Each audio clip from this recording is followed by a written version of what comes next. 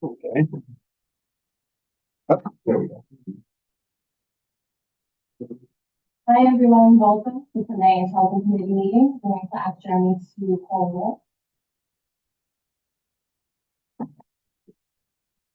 Good evening, everybody. If you're a board member who's joining us online, when I call your name, a committee member who's online, when I call your name, please unmute yourself, acknowledge your name, and then mute yourself again. Let's start with Antoinette Martinez. Thank you. Jeremy Kaplan. Sylvia Agasto. Damian Andrade. Sylvia Bailey. Gladys Bruno. Justin Campos. Thank you. Richard Codor. Carrie Conti. Thank you. Aaron Keith. Thank you. Maria Roca. Present. Thank you. Maria Forum. John Santori. Faye Walker. Chairperson Julio Peña is there. Present. Julio, you do not count towards quorum. Or 6 in the room.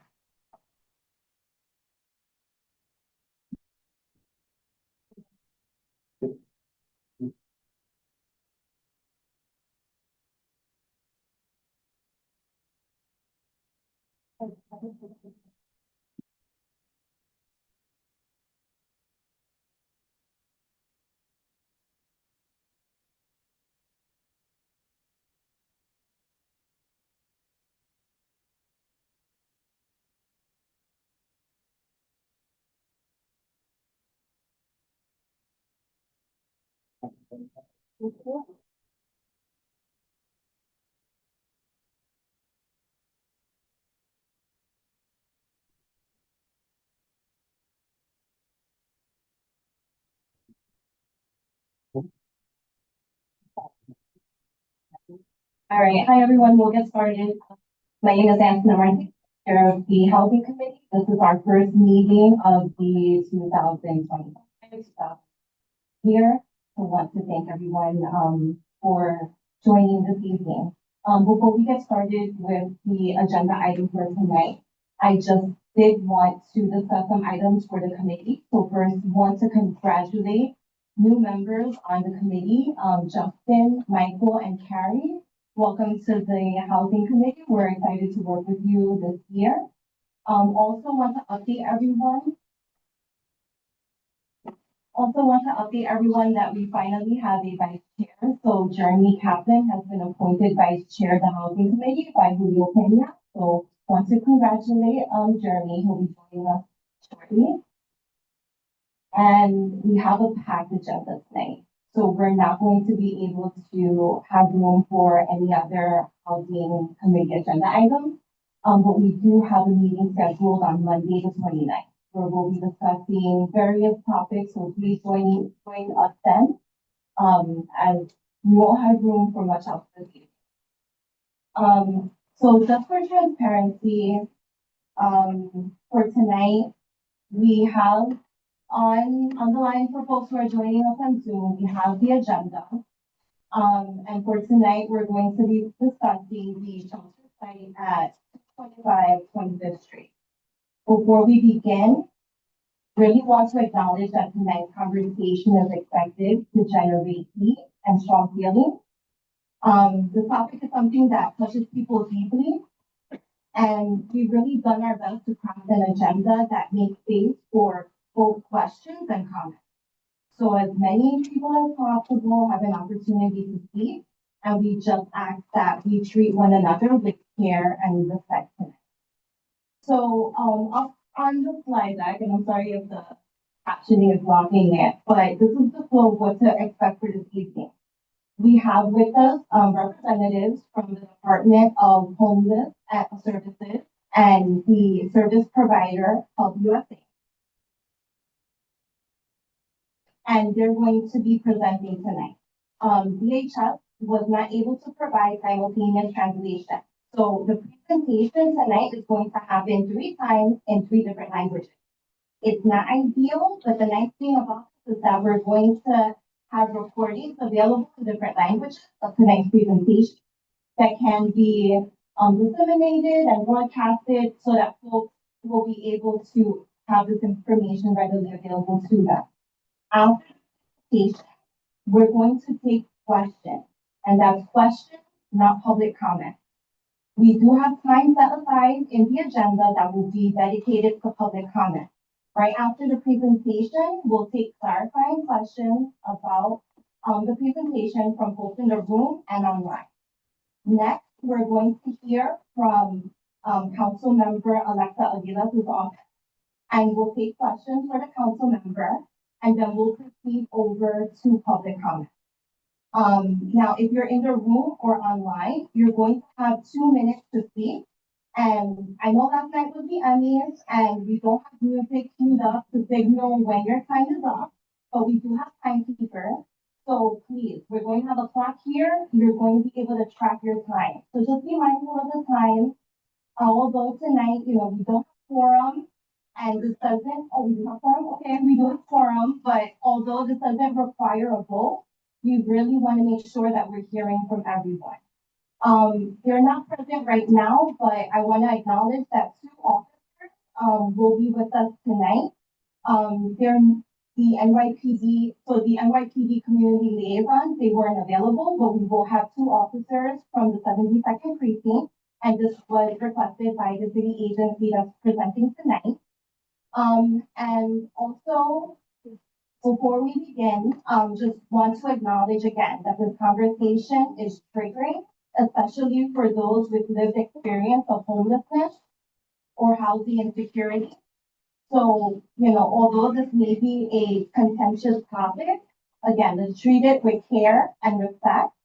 And if you're triggered, please take care of yourself, whether that's stepping out for a break or just taking a moment to pause. Now, I also want to mention that I have some chocolate in the back. It might get melted, but it's there. If you need to, take a moment, it's there in the back for you. So before we started, I know Julio wanted to share somewhere. Thank you, Antoinette, and thank you for that introduction. Good evening, everyone. My name is Julio Benny. I'm the chair of Community Board 7. Just want to echo Antoinette's opening remarks. This is going to be a difficult conversation for some. We ask folks to root their conversations in humanity. We are going to be talking about folks who are unhoused. Unhoused people deserve a place to live. Okay? So I recognize that this is that Community Board 7, that being said, has an undue burden of shelters across the city. Within a mile walking distance of this proposed shelter, there are at least 7, if not more, other shelters. We need every neighborhood in New York City to do their part to support our neighbors, and we want to make sure that we do that. This board has and will continue to support our new neighbors, and it is something that we're very proud of. At the same time, we, just like every city, every neighborhood in the city, needs to do their fair share. And that being said, I will turn it back to the chair. Okay, so sorry about that. So we'll go ahead and get started, and I'll give the floor over to DHL.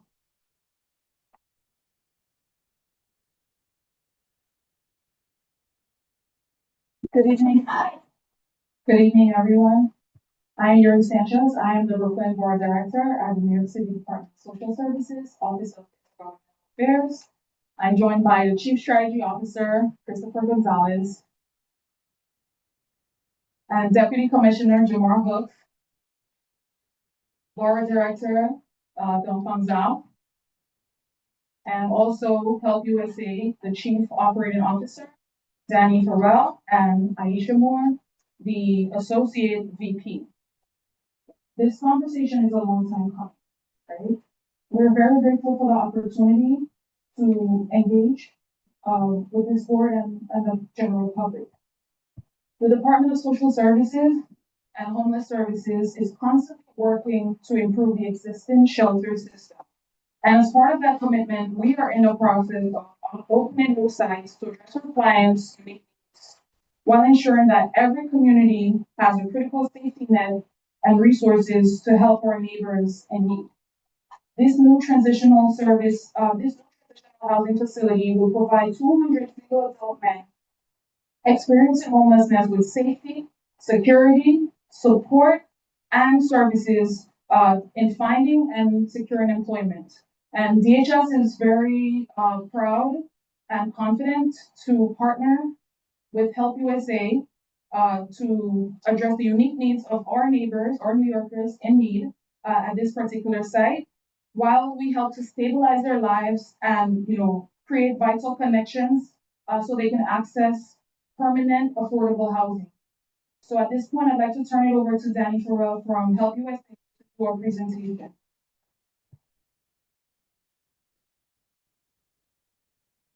Good evening, everybody.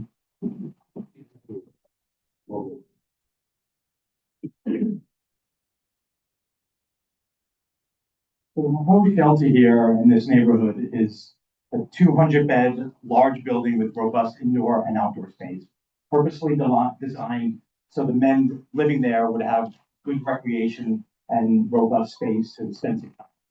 Single adult men, general unemployable population, not meant to be for folks struggling with substance use disorders or mental health.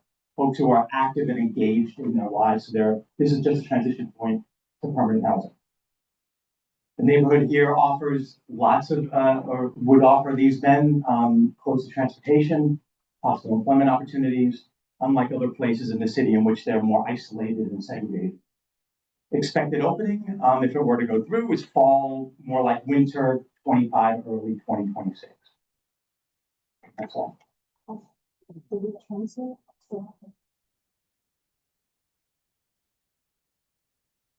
So 25th Street Partnership and Oversight. New York City Department of Homeless Services oversees the provider contract. They contract the social service provider, sets the population, manages referrals to shelter. The provider is essentially the shelter operator with some input into what, how that happens and how that goes on a day-to-day. But the shelters refer clients by the men's intake and assessment shelter, depending on the needs of the larger citywide system. Like I said, Help USA, we're a site operator via contract with DHS. I do want to stress we do not have a contract with DHS for this site just yet. 25th Street Landlord LLC is the owner. That's the legal entity name. New York State OTDA, the Office of Temporary and Disability Assistance, which has oversight responsibility for the city's Department of Homeless Services. So the approved shelter for operation, they have the right to reject the shelter application or approve it depending on how the building is, if it meet all the very strict coding that the state puts forth for shelter. Issues the operating certificate. Without the operating certificate, the shelter doesn't open. It's that cut and dry. They inspect annually in conjunction with many, many other city agencies, whether the agency is Department of Sanitation, whether it's, there are 6 or 7 different entities, Coalition for the Homeless, Department of Buildings, many different entities provide oversight and audit functions for every shelter in New York City.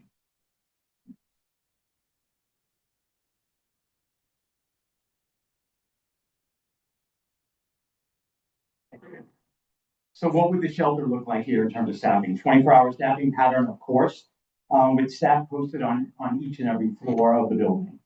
Dedicated staff performing regular neighborhood walkarounds to maintain security and resident support. So it's not just internal security, it's also around the perimeter of the building. Clinical staff, case management, housing specialists, harm reduction services on site daily. What we're doing now is we're negotiating with the city, DHS, and OMB, Office of Management and Budget, with this final approval of the budget, for as robust a staffing pattern as they will allow us to have.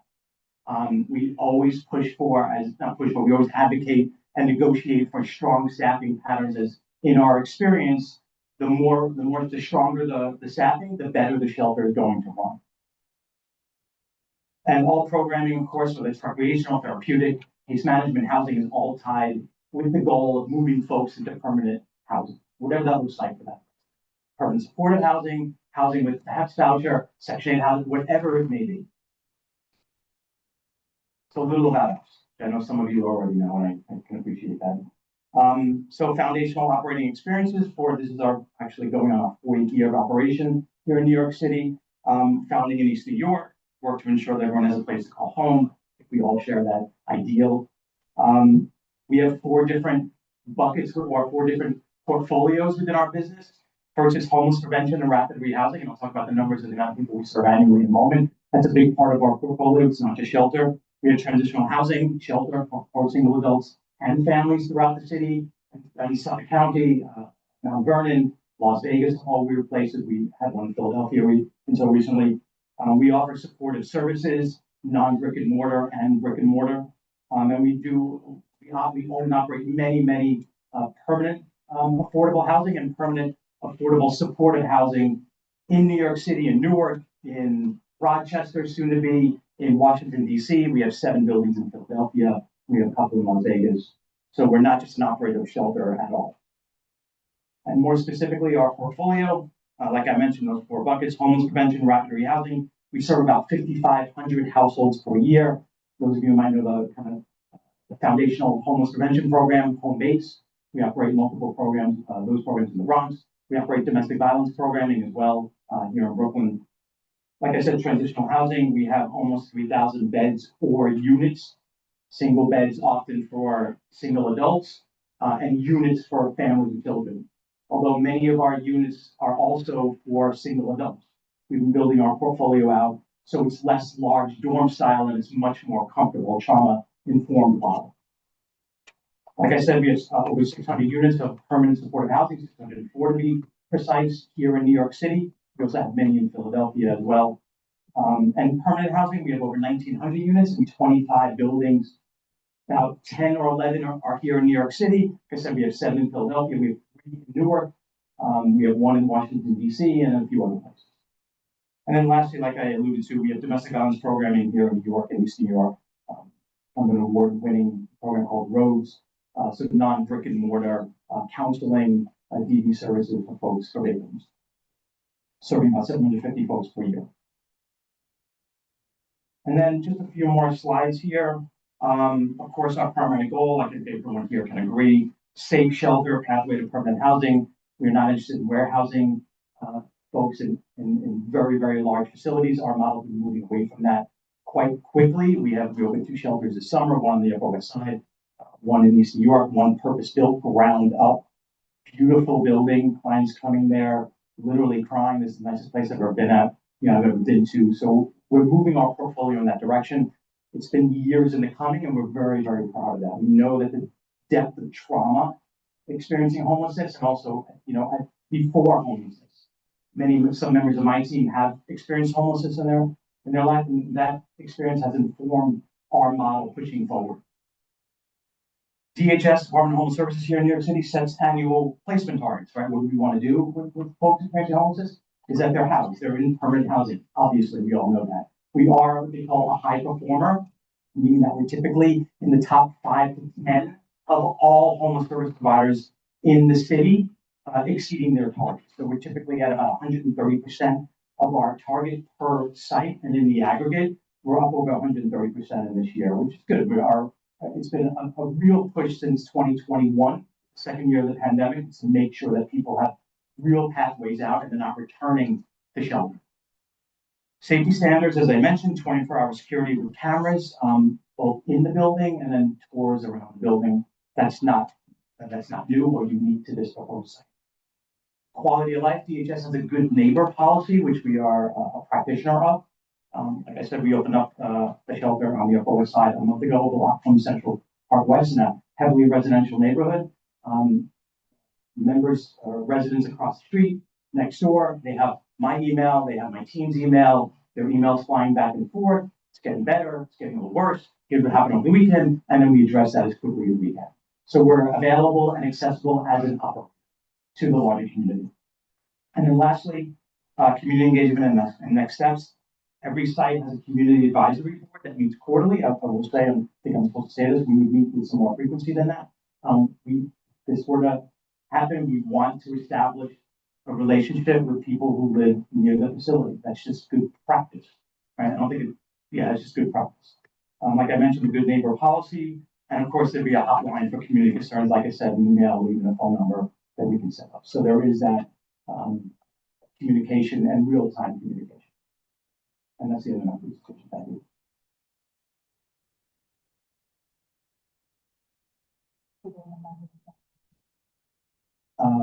Yeah, okay, we're gonna do Spanish and the Mandarin. Okay. Which one first? Mandarin. Sorry, I apologize. The council member has requested to speak just because of the scheduling. So we're going to just switch things up a little bit and then proceed to the other two translations. And then we'll combine the question and answer period to both questions for the council person, DHM, and Health Building. And I apologize for the mix-up.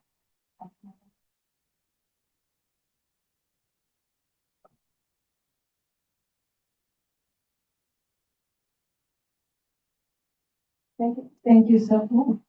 Oh, thank you so much. I'm Councilmember Alexa Velez, representing this community.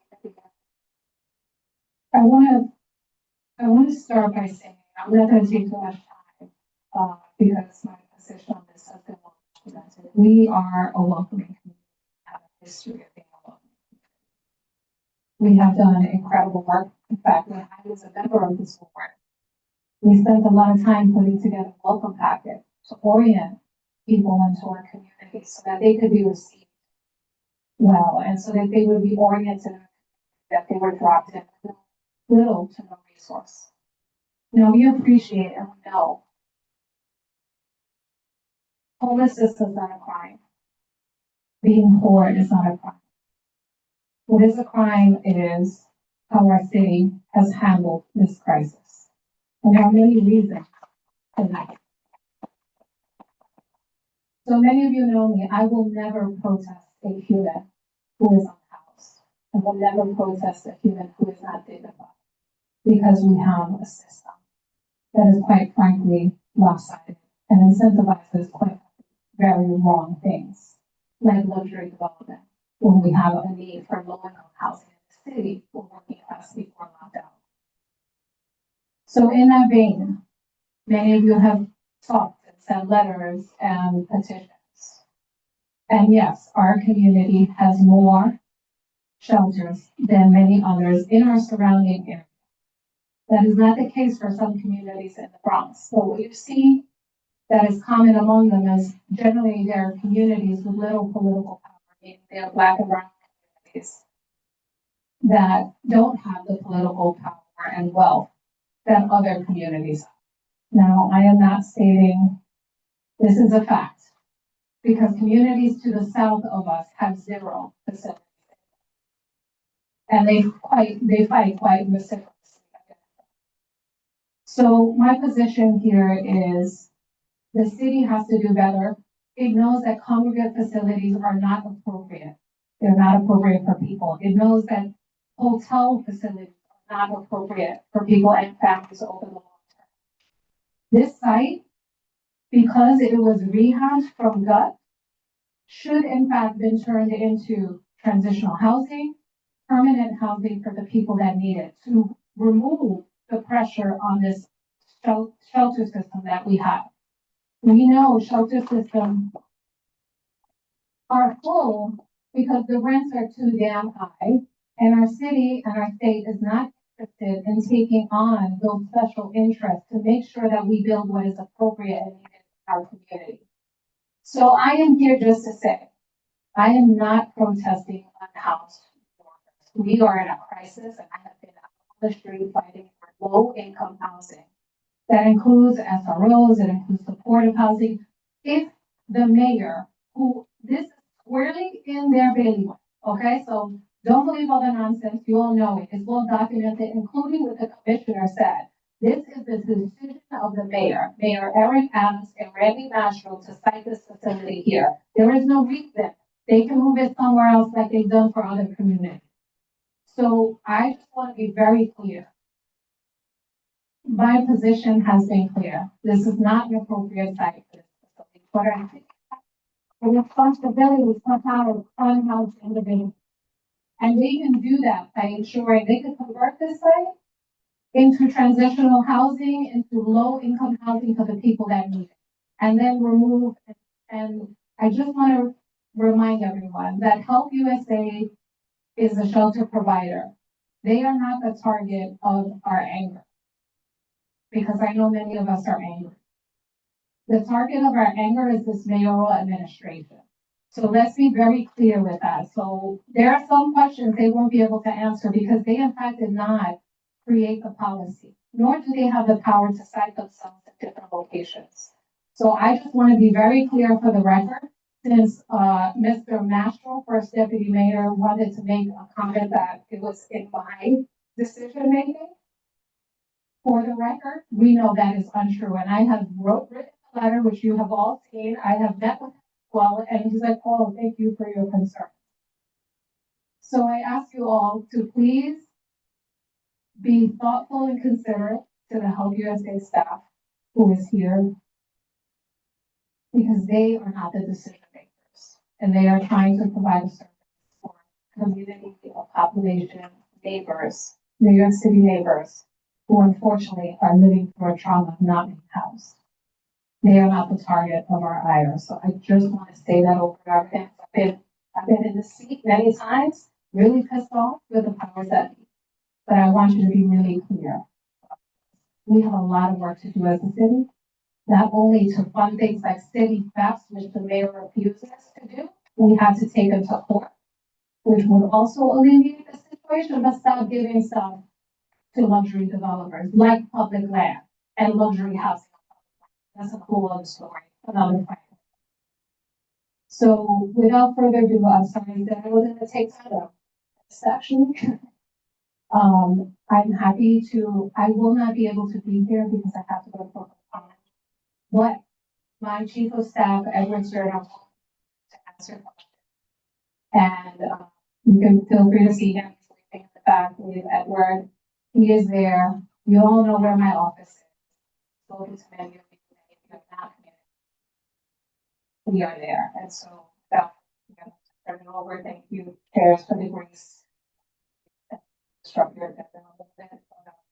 And this, I thought it was important to please. Thank you.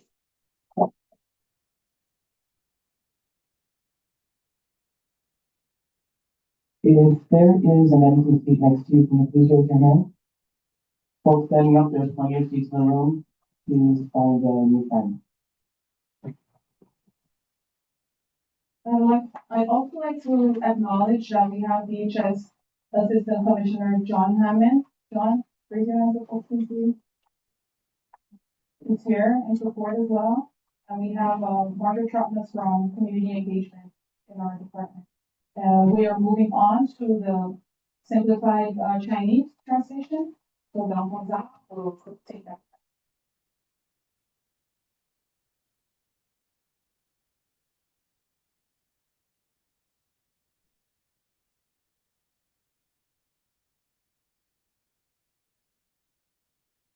各位朋友，大家好我呢叫钟芳，是社会服务部这个政府监事务办公室的主任。我呢主要是负责保护区和责任的。今天晚上我呢到这里来是帮助大家沟通然后对我们这个收容站的服务收容所的服务做一些进一步的了解。那我们第一页的介绍就是介绍 Help USA， 它就是援助美国这样的一个机构。它呢最近在25届过渡性的住房用200张位，那它非常齐整设备的一个大型的建筑。这个建筑呢，这个设备呢，主要是针对单身的成年男性的有这些普通的群体和可以能够找到工作的这样的一个群体。这个选址呢，它提供方便的交通和这个就业机会。预计的开放时间是在2025年的秋季和2026年的春季。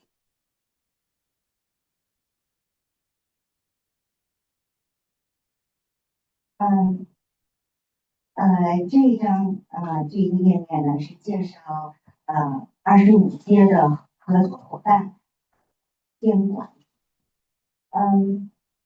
这个 NYCDHS 是纽约市无家可归人士管理。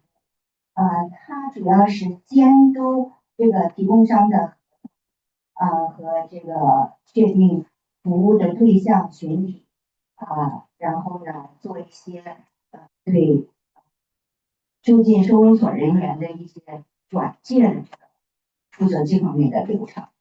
那么 USA 我已经说过了，是叫做援助美国的这样的一个机构，它其实是我们的一个签约部门，主要是负责这个收容所的监督和管理边的运营然后呢，当然我们的合作伙伴还包括25街物业的这个业主那么在这里呢，叫 Limited 就是自有有限责任公司然后呢，我们一起合作的伙伴还包括纽约市这个全称应该是纽约市的就是纽约州的一个临时就是一些传证人员的这个办公室，主要是负责收容所的这个运营，批准这个运营的执照合同的时候，他会做一个年终的审核。这个审核呢，包括纽约市的无家可归人士的服务，主要是针对收容所的单位的审核。这个是很严格的一个审核，如果是有需要改进的，但是一定要提出来进行改变的。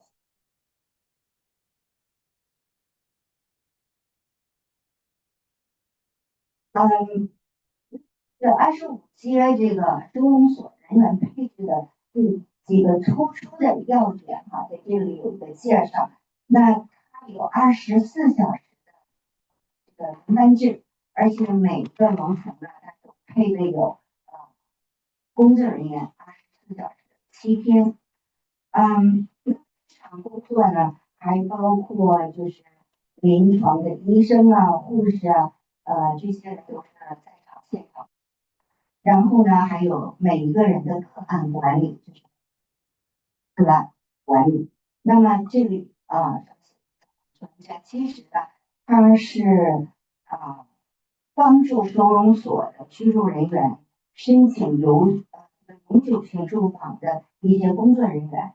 那就是说，如果是住进了这个收容所之后，那么这些工作人员会帮助入住的人员呢来申请永久性住房。然后呢，还有一些服务像指导措施，像社区不要对社区进行危害这样一些工作。当然了，这些所有的服务的目标就是一个，就是帮助所有居住在这里的人找到一个新的住房，一个可以叫做家的地方。那这个页面呢，主要是介绍这个运营单位美国援助这个机构的基本运营的经验那美国援助这个非营利组织呢，在40年前纽约东部的布鲁克林成立。这40年来，他们宗旨一直保障每个人都能找到一个永久的叫做家的地方他们的服务呢，主要包括无家可归的预防和快速安置服务，还有呢家庭个人群体这个过渡性住房的保障和支持。当然最后的目标还是找到一个永久性住房给大家。美国援助这个组织，它每年在纽约市和其他城市就要为将近4万人提供这样的。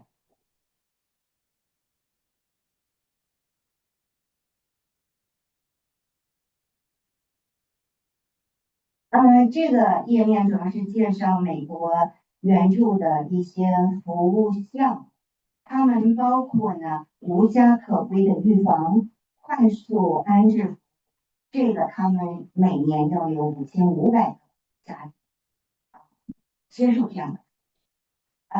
还有呢，过渡性住房，主要在纽约市萨福克区、维切斯特区，还有拉斯维加斯这些地方，他们每年有提供2800床的住房单位。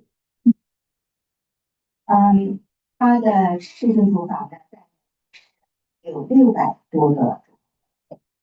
永久性住房包括纽约市、纽瓦克、费城，这样它有25栋建筑，大概有1900多个住房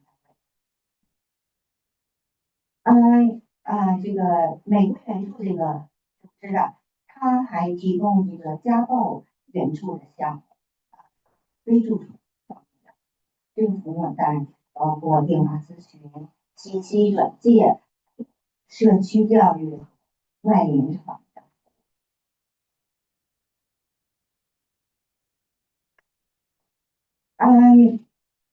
项目这个核心目标主要是保证这个安全的收容所，而且作为一个通向永久性住房的这样的一个渠道呢，美国援助这个机构多年以来就是成功的实现或超过了他们的目标。我们知道，就是这个纽约市的无家可归管理部门呢，每年都会设置目标，就是要多少人来能够实现这个永久性的住房，申请到永久性住房。那么美国协助这个组织，它每年都会建设超过它的目标。还有呢，就是美国援助这个组织呢，它有一个安全的标准，它要实行24小时、7天制的安全监控系统，全方位的保障这个收容所的运营能够安全顺利的进行。生活质量、睦邻政策这个呢，生活质量其实是保证社区周边邻里的生活质量。所谓的就是睦邻政策它也是一个这个美国援助这个机构给所有入住人员规定的这样一个政策，就是你如果入住到这个搜索后呢，你必须要签字，保证要遵循这个规定。如果违规的话呢，可能受到相应的处理。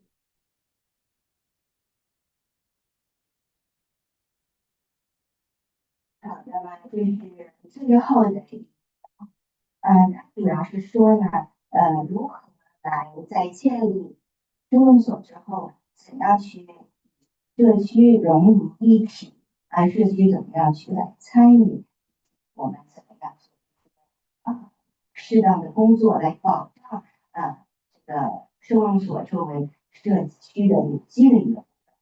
首先呢，就是这个社区咨询委员会它的英文名字叫Community Advisory Board 那这个呢，主要就是说这个委员会它设立呢目的就是社区进行沟通。那参加这个社区的人员主要有社区成员、遴选官员社会服务部、无家可归管理服务部以及这个运营商，就是美国援助他们共同的参与。这个委员会呢，会每一个季度召开设立这个委员会的目的呢，就是听取社区对收容所的意见和建议对这个收容所的管理质量呢进行审核改进。所以在座的朋友们，如果您有兴趣的话，欢迎您参加到这个非常厉害。接下来呢，就是睦邻政策。睦邻政策呢，这个也是就是让肯规管理部门营运商共同制定的这样一个规定。它主要是对入驻人员行为方面管理的规定，就是说，我刚才讲到的，入驻的人员必须要遵守这个规定，如果是有违规的话，那么相当的这个处理。还有呢，就是这个最后一个社区事务的热线服务哈，这个是收容所提供给社区的一个24小时热线电话，主要是给社区人士提供这样一个方便。如果您看到就是有什么不良的行为或者反映建议，您就可以打这个电话。这个收容所进行反映，那么我们就有在第一时间进行这样的处理。这个整个的介绍呢到这里，然后如果您有什么问题的话，我们这有2位翻译，请您站起来一下好不好？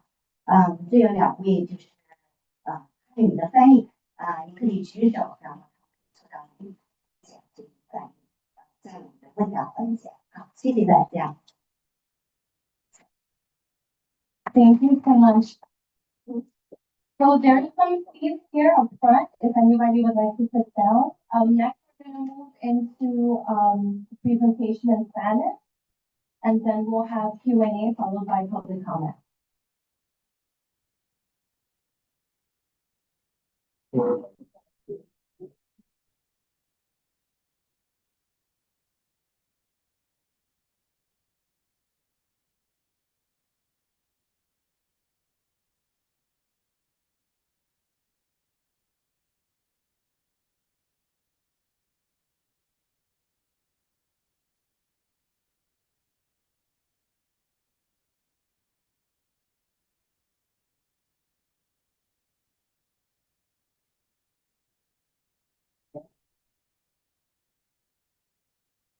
Buenas tardes.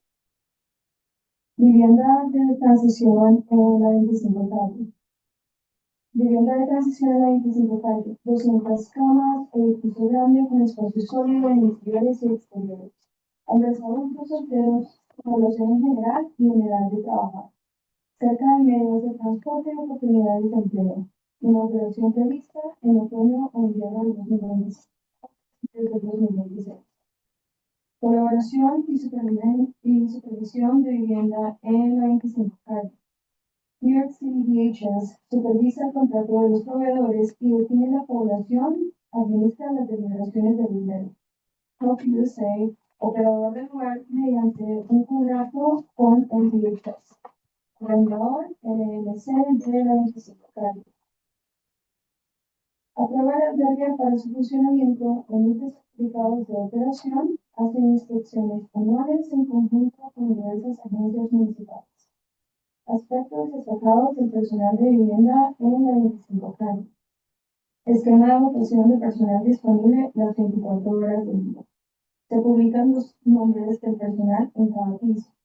Personal dedicado que hace rondas periódicas por el barrio para mantener la seguridad y prestar apoyo a los residentes. Personal clínico, administración de especialistas en vivienda y servicios de reducción de daños disponibles a diario. Todos los programas están vinculados al objetivo de conseguir una vivienda permanente. Experiencia operacional fundamental. Durante 40 años, desde su fundación en East New York, Brooklyn, of USA, ha trabajado para garantizar que todo el mundo tenga un lugar al que llamar casa por medio de prevención de personas sin hogar y realojamiento rápido, viviendas de transición para familias y adultos solteros, servicios de apoyo, vivienda asequible permanente. Help USA atiende a casi 40,000 personas cada año en toda la ciudad de Nueva York y en otras ciudades de todo el país. Nuestra cartera. Prevención de personas sin hogar, realojamiento rápido, vivienda de transición en la ciudad de Nueva York, condados de Suffolk y Westchester en Las Vegas. Vivienda de acuerdo. vivienda permanente en la ciudad de Nueva York, Newark, Filadelfia y otros. Programas para víctimas de violencia doméstica no residencial. Más de 5.500 grupos familiares anualmente. Más de 2.850 camas o unidades. Más de 600 unidades en la ciudad de Nueva York. Más de 1.900 unidades en 25 edificios. Más de 750 grupos familiares anualmente. Operaciones de nuestros programas. El objetivo principal de Help USA es dar un albergue seguro y ofrecer oportunidades para conseguir una vivienda permanente. Como organización, nuestros principales resultados continúan superando los objetivos año tras año. Metas anuales de colocación en viviendas de nichos. Se supera constantemente. Estándares de seguridad. Seguridad durante las 24 horas con cámaras. Calidad de vida. Funciona según la política de buena vecindad. Participación de la comunidad y próximos pasos. Junta asesora de la comunidad, trimestralmente, política de buena vecindad, en línea directa para preocupaciones de la comunidad.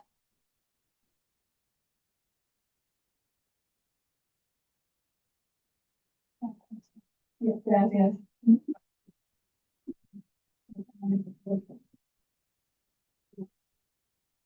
Thank you so much. So now we're going to move into Q&A. So we're going to take questions on the presentation in the room and also from folks online. Raise of hand.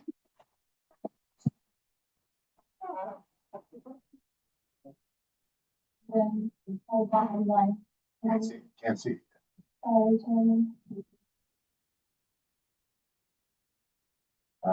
No hands up, but there's a question. Okay, if folks on the line, if you have any questions, please raise your hand. Erin, if you can come up for questions, I'm going to point to you, and then if you can just come up to the podium to ask your question. So we have Erin, 2, and 3. So I'm going to call on 2 more folks just to make sure we're getting as many questions as possible. So if you can also come up and ask. I'm Erin. I'm the community part member.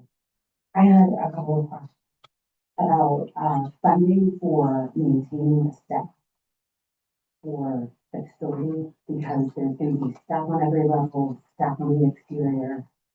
Granted that, funding is required for that. And then my other questions are, how is it that you're screening for mental health or substance abuse? I'm sure you guys have different things, but I'd like to hear a little more about it. And then I was also wondering if this shelter is going to be connected to any of the other shelters, like through programs or something, because since there are like 7 around it, that was all my question. Did I come up? Let's have 3 questions, and then we'll move over to the answer. Good evening, and thank you for showing up here. My name is Barbara Lee, and I live on the corner of 24th and 4th Avenue. There are at least 3 hotel shelters by my apartment: 27th Street, 24th Street, and 27th Street. Since 2016, we've had many problems with the hotels, and we tried to work it out with Department of Homeless Services.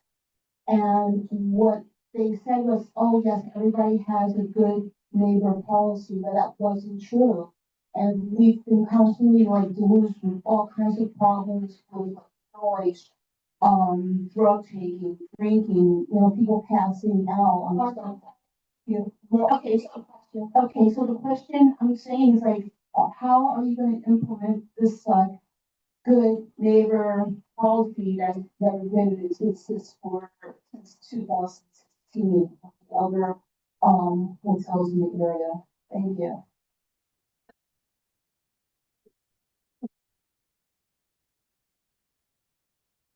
Hi, my name is Tina. Thank you all for taking the time to do this today.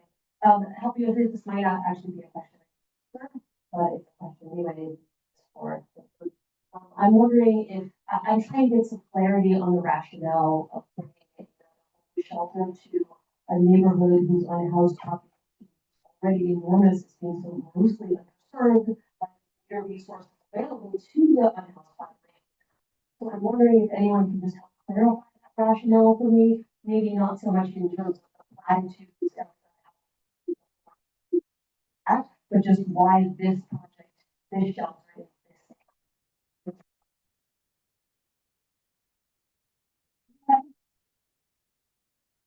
Hi, I'm sorry. We're going to have public comment. This is only for questions. So I know everyone wants to give a round of applause because we want to keep things moving because we only have the city agency for a limited amount of time. People hold your applause. Help USA, you can help speak to those questions. So from the first question, staffing pattern, I want to say that we've not settled on negotiations with the city. And that's part of the issue why we don't have an approved budget yet or a contract with the city, because we're in active negotiations to ensure for us that we have acceptable levels of staff across all areas, case management, housing, residential aids and security, folks like that. Who decides who's referred? I believe the question was. How is it being funded and maintained funding for the staffing? So the Department of Homeless Services issues a multi-year contract, which stays at that level for 5 years plus 4 one-year contracts as an option. So it's typically a 9-year, but it's a firm 5-year with 4 1-year. And so like whatever the negotiation is, that's the funding level. Now, sometimes city council passes a law that requires X, Y, and Z services to go in shelter. So the city will add an addendum to your contract and add funds or change funds, which happens with some frequency every year. Who decides who's referred? Did I get that correctly? Or screen? Mental health and substance abuse. So, Oh, sorry. So for clarification for folks on the line, the question that's being answered is meaning for mental health and substance use services. How will Help USA for that? well, this transparency, we're not the intake and assessment shelter. We're the receiving entity from typically 30th Street Men's Shelter, which is the main intake and assessment in New York City. There are a few others, Bed Atlantic on down on Lake Avenue and Bedford Avenue, and the short shelter on Wood Island. So we are not the decider, the city is. I do want to say that my team and I were quite sensitive to that. And so if folks are transferred to one of our facilities that is an employment shelter, they should be employable, right? In the real world, that doesn't always happen. Sometimes when there's a crunch for beds, the city will make the decision that you have 5 open beds here, but I have 5 guys that have this problem. We're going to use those beds to start and then move them around accordingly. That is not our decision. We do have a lot of pull with the city. We maintain good relationships. We're a big provider. We often are able to call our program analyst, our program administrator, our system commissioner and say, hey, you have 4 Danny Farrells at our shelter. He's acting highly inappropriately and it's not working in this neighborhood. He needs to go to a shelter on Ward's Island. And often the city listens to us. I'm only saying that that's just what it is. I'm not arguing that it's a good system. I'm not advocating for it, but that's the system that's in place now. The last question I had, if I heard you correctly, was would you connect with other shelters in this neighborhood? Are the programs intended in this shelter intended to connect with the other shelters that are around there? No. We would have programs internally. Which are what? I'm sorry. We're not done with our negotiation yet. They would be good from our vantage point. They would be clinical, they'd be recreational, they'd be therapeutic. That's what we bring to bear at all of our sites as much as we can negotiate that into our contract and budget with the city. Sorry. So for folks on the line, the clarifying question is will the shelter be connected to other shelters in the community? And that was what the response was given to. And then if you can also answer how will Help USA implement its good neighbor policy? So, like I mentioned in my presentation, the good neighbor policy we think it can be beefed up and strengthened. I think it's about the relationship with people who live near the facility. It's not rocket science. Like I mentioned earlier, we would offer frequent meetings, whatever that looked like. We would accept donations. We would take in volunteers. We've done that. We do that at other sites in Las Vegas, here in New York City. So we would want an honest and open and regular, consistent conversation. Rationale for the shelter here in this community was the last question, I believe, or comment. It's a little beyond my my understanding. Yeah, you know, the city has its way of doing business, and I think a lot of it is about where opportunities are for shelter. This is a right to shelter city. Reply, please. Okay, we have no questions from folks on the line. If anyone who's joining via Zoom, if you'd like to ask a question, please raise your hand. We want to make sure that we're not leaving anyone out. Okay, and again, this is a public comment. This is just questions. So if you have a question, please ask your question. We're gonna have 3 people come up, and then we'll have the appropriate agency answer the question.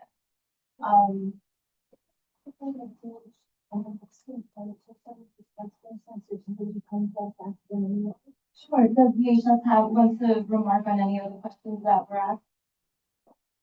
Thank you, Barbara. Sure, I'll touch on the, you said the rationale for the site. There is, because of capacity needs, right? DHS maintains an open RFP, so we accept RFPs on a rolling basis. And based on what we see, the numbers of folks that we're seeing students. So. Sorry, if there are any clarifications, just because folks on the line and this is being recorded, they can't hear anything that you're saying. So just to give folks on the line respect, if you have a question and you want to make sure it's heard, please, let us know so we can repeat it back on the mic, just so to make sure that the audio is fluid and the folks who are tuning in from home can, So hear everything. there is a need, right? Thousands of our brothers and uncles, nephews are in need of shelter. Unfortunately, they've fallen on hard times. We are citing shelters and communities, and we have notified some neighborhoods that shelters. Shelters are not prohibited yet, but we are.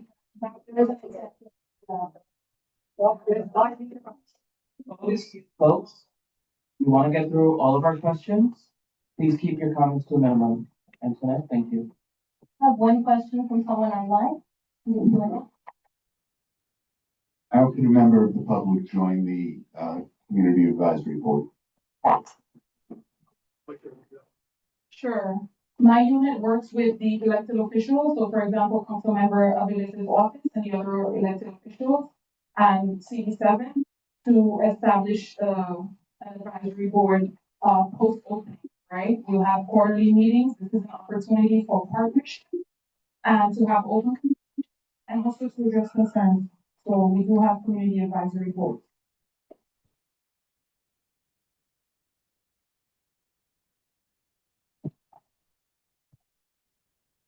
Hi, good evening, my name is Pamela. I've lived in this community for the last 35 years, and I've seen a change. So my question is, you're saying that, they stay here temporarily and then you house them. But if we have a housing shortage, where would you put them? That doesn't make sense in my.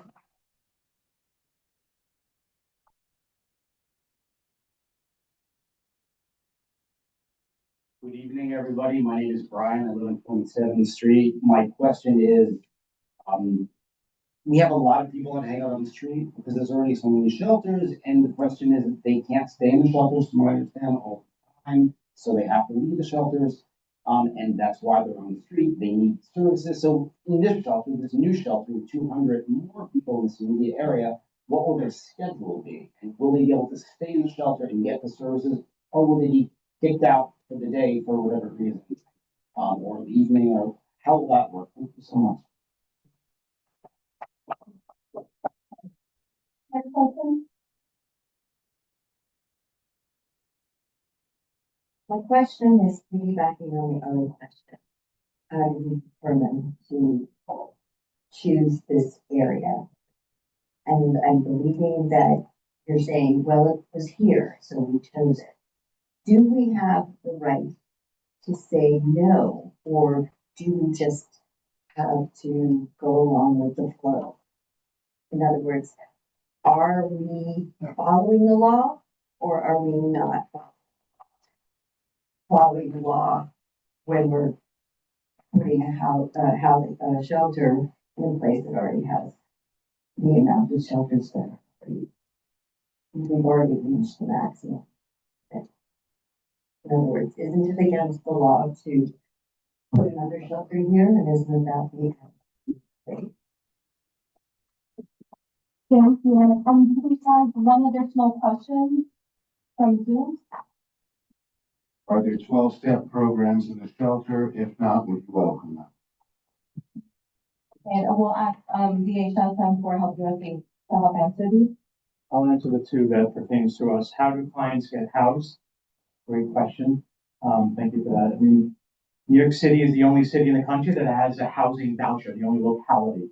So by far, 80% of our clients, families, single adults, move into housing with that voucher. And city council has raised those amounts where it actually competes in the marketplace. So like real estate in New York City, it's about market. And if you have the money for a 1-bedroom or studio or 2-bedroom, the landlord will accept that. So the FAST voucher rolled out in the Blasio administration has continued to be strong in the marketplace. So we house on average something like 1,200 households in the Department of Housing every year, and about 80% of them move into housing with a voucher. And so very few of those folks come back to shelter. That's a great thing. Before the voucher started in 15, 16, didn't have a voucher. So I wouldn't have a good answer to your question. Staying in the facility during the day. Folks can stay in the facility during the day. They can stay in the dorms. The dorms are being cleaned. And we do ask clients not to just fly around all day, but there's community rooms, there's recreation space. So folks who are not working or visiting their grandkids or doing whatever that they're doing are welcome to stay in the facility. If there are 199 guys there and 199 guys stay in the facility during the day, that's fine. If there's 14 guys staying in the facility during the day, that's fine too. Have New York City choose the area? I'm not the person to answer that question. I'll pass it on to my DSS colleagues. And there was a question regarding the 12-step program. I'm not sure. I didn't get that. One question was, will there be a 12-step program there? If not, would you consider that? So 12 step being substance abuse treatment program, I'm assuming that. I'm assuming that.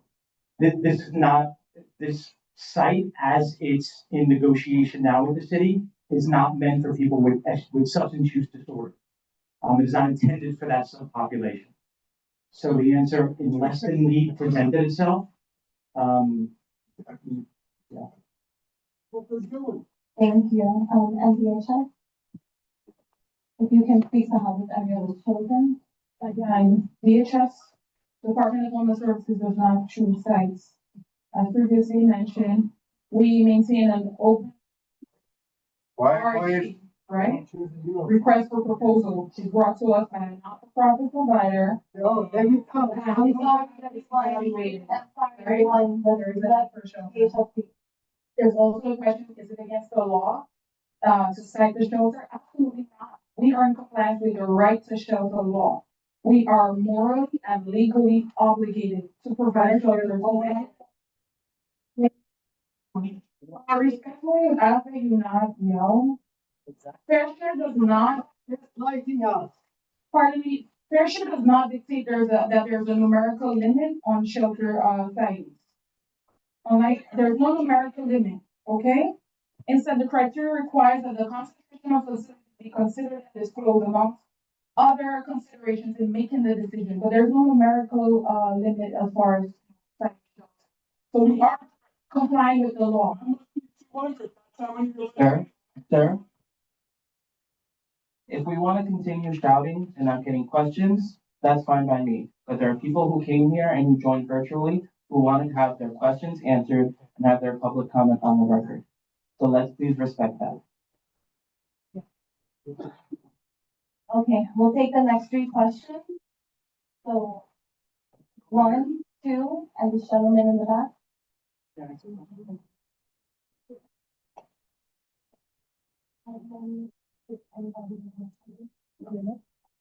hope so.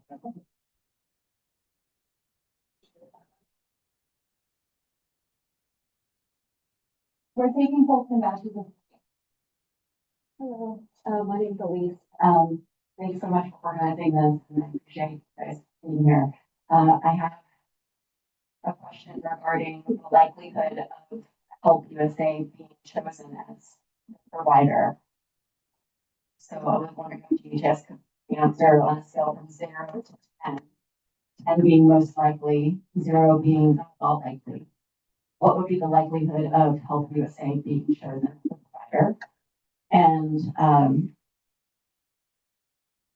second to that is if Help USA is not the provider, what would be the next?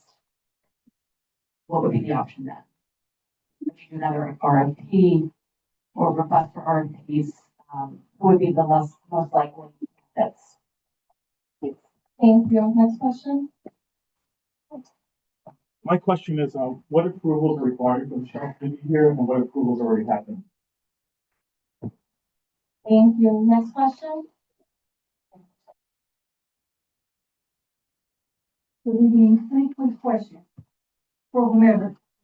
Has there been any public funding already gone into the renovation of this facility? Is the public involved in the renovation, or is this totally private money, via, what is the, ownership? The owner of this? What? Leviton. Is Leviton the owner of the building? 2. Given the uncertainty in future federal and our state funding, given the reductions that we're seeing to education and everything else, does this shelter rely on any federal or state monies for its, to keep it open and keep it viable? And what is there a plan? Is there a plan to keep it open? And what happens to these people if all of a sudden the funding disappears? Thank you. Thank you. PH, I think you'll.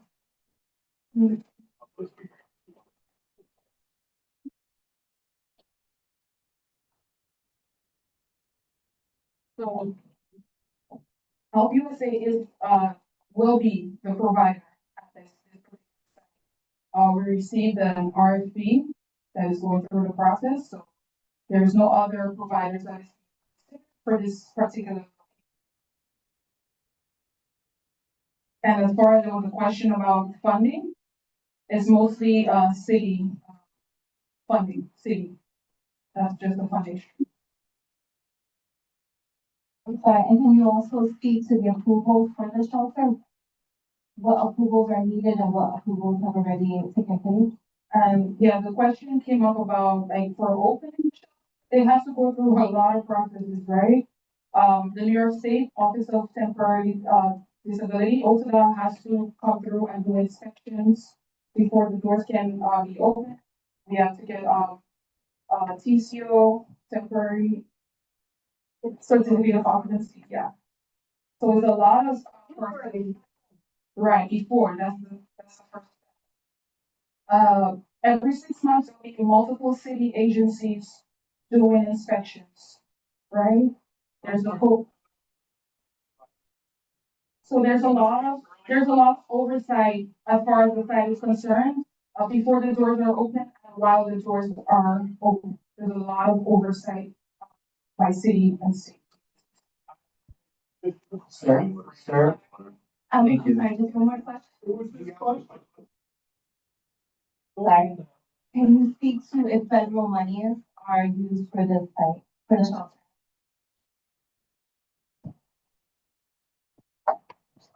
It's mostly city tax levy funding for the site. Yes, that's the answer. Thank you. I was asking about, what pre-construction approvals are required, not once you. Yeah, I was asking what pre-construction approvals are required for. So. New York City Department of the Fire Department, those are some of the agencies in charge of, approvals prior to opening. It has to be safe and it has to be standards.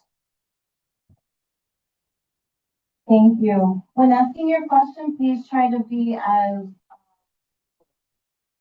yes, as polite and as to the point. Just, we want to make sure that we're answering the question. Yeah. Next question, please.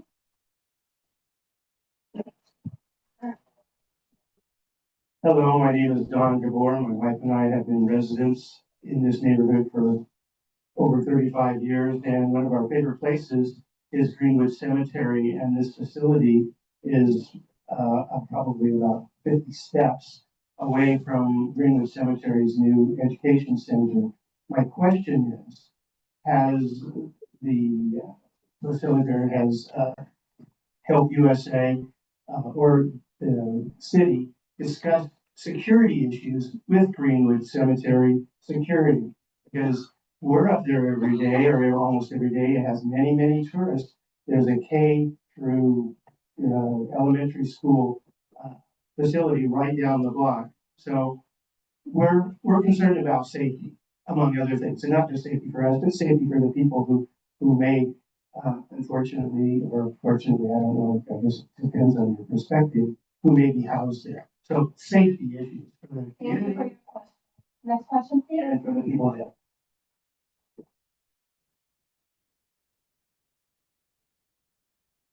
Hello, my name is Dario Wolfe. I live on 24th Street, and we've had a shelter there for many years. During COVID, there was a change in the neighborhood. I think everyone noticed that. And the shelter became a men's shelter, which is what the new shelter is going to be. That was part of the significant change. When it was a women's shelter, I really I'm didn't sorry, notice we're it. taking questions. Yeah, I'm just prefacing the question. We're not practicing, that'll be for public comment. So one thing I've noticed about shelter is that the shelter has people running it and they are smoking weed during their shifts. They come out and they're smoking weed. So I wanted to know from the Department of Homeless Services and Help USA, are the people who are running the shelter allowed to smoke weed during their shift? Next question, please. Hi, I'm Sarah. I live on 32nd. I would just like to know if this new shelter opens, how many of the hotel shelters will you be closing? There's now one.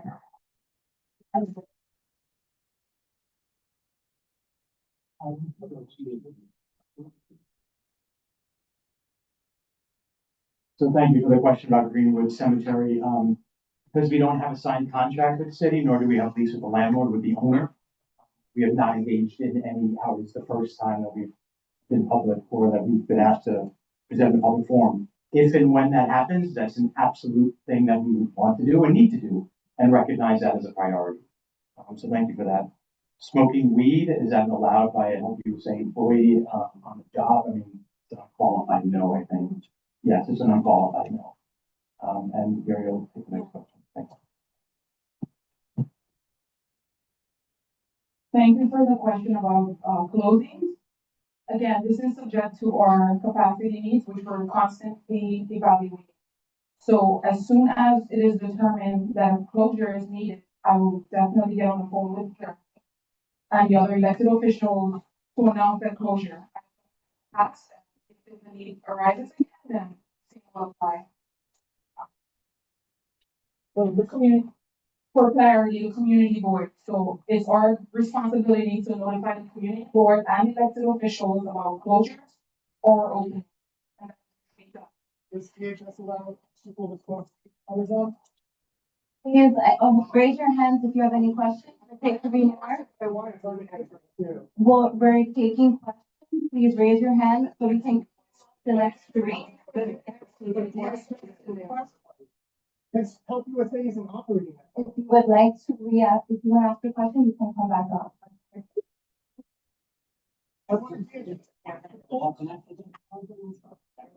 CHS, can you clarify your position on this question? Sure, absolutely. In that conduct, for shelter staff.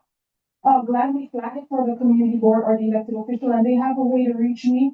We will reach out directly to the sec, and if discipline needs to happen, for some sort of engagement, for conduct that is not allowed, that happens.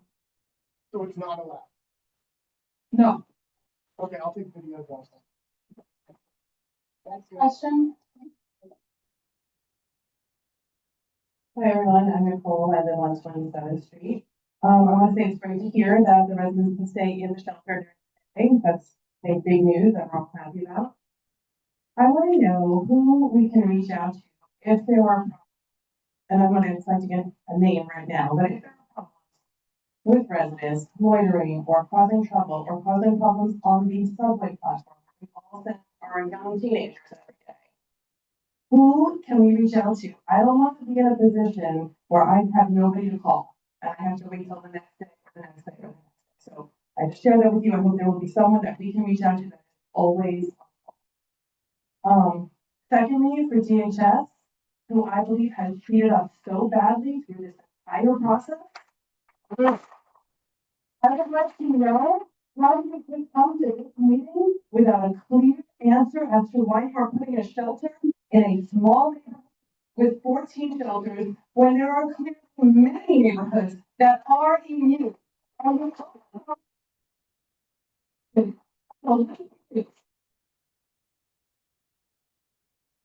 Next question, please. Hi, it's Sarah again. This is also for you, I just wanted to piggyback gently on the last person's comment and just ask for some more clarification about the RFP process. As I understand it, when a proposal comes in and through an RFP, you still have an opportunity to vet that proposal or criteria to that. So I'm wondering what criteria this proposal satisfied such that you decided to accept it for the RFP and end up choosing a shelter for this neighborhood, this kind of shelter for this neighborhood. So maybe you could speak quite specifically about what it was in the proposal that you saw that answered the RFP beyond just we put out an RFP and this proposal came in and we said yes.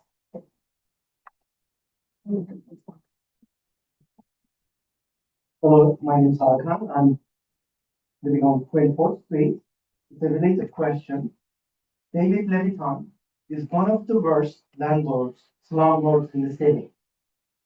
Buys this building February 2024, immediately starts renovating and applies to convert this building into a shelter. NDSS, we emailed to Mr. Hooks and Mr. Gonzalez, and we also emailed to Commissioner, all the city agencies. All of them lied to us. Your question, sir? The question is, how come a slumlord dictate this city where to open a shelter? How do you allow landlords get richer and richer? Hotel developers get richer and richer, and while people in need suffer without proper housing.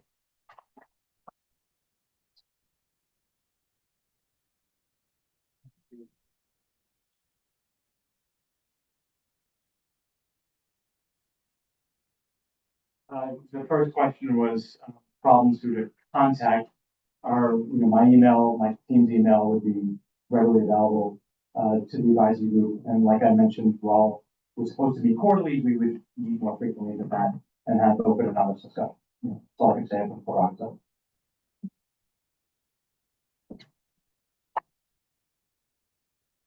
Regarding complaints and concerns about the site, the shelter will have a 24/7 phone number that you can reach, right? There's always someone, supervisor that you can ask for. If someone can take the complaint in real time, again, we encourage that you call in real time. For subways, CRC does subway patrols, right? So you can call 311 for someone that you believe is or Bori Rescue Committee. They do, if I'm not mistaken, that's the acronym. But BRC does. Right, so Breaking Ground does the street patrol for unhoused person, right? So if you see a unhoused person, you call 311, a service request is created, and the team will come out and we will work with other agencies to do a cleanup and to offer services, right? To that unhoused person. It takes a lot. It takes hundreds of touches to bring someone inside. So it's not automatic. We can't remove people. So we can work with them daily to bring them inside. But call the shelter if you suspect that it's a client that, is engaged in something favorable. You asked about how, the rationale again. So I'm not from the capacity and development team, but that's the team that would look at the experience of the provider and what the needs are, and they will bring a proposal and determine that the Help USA is qualified based on their experience.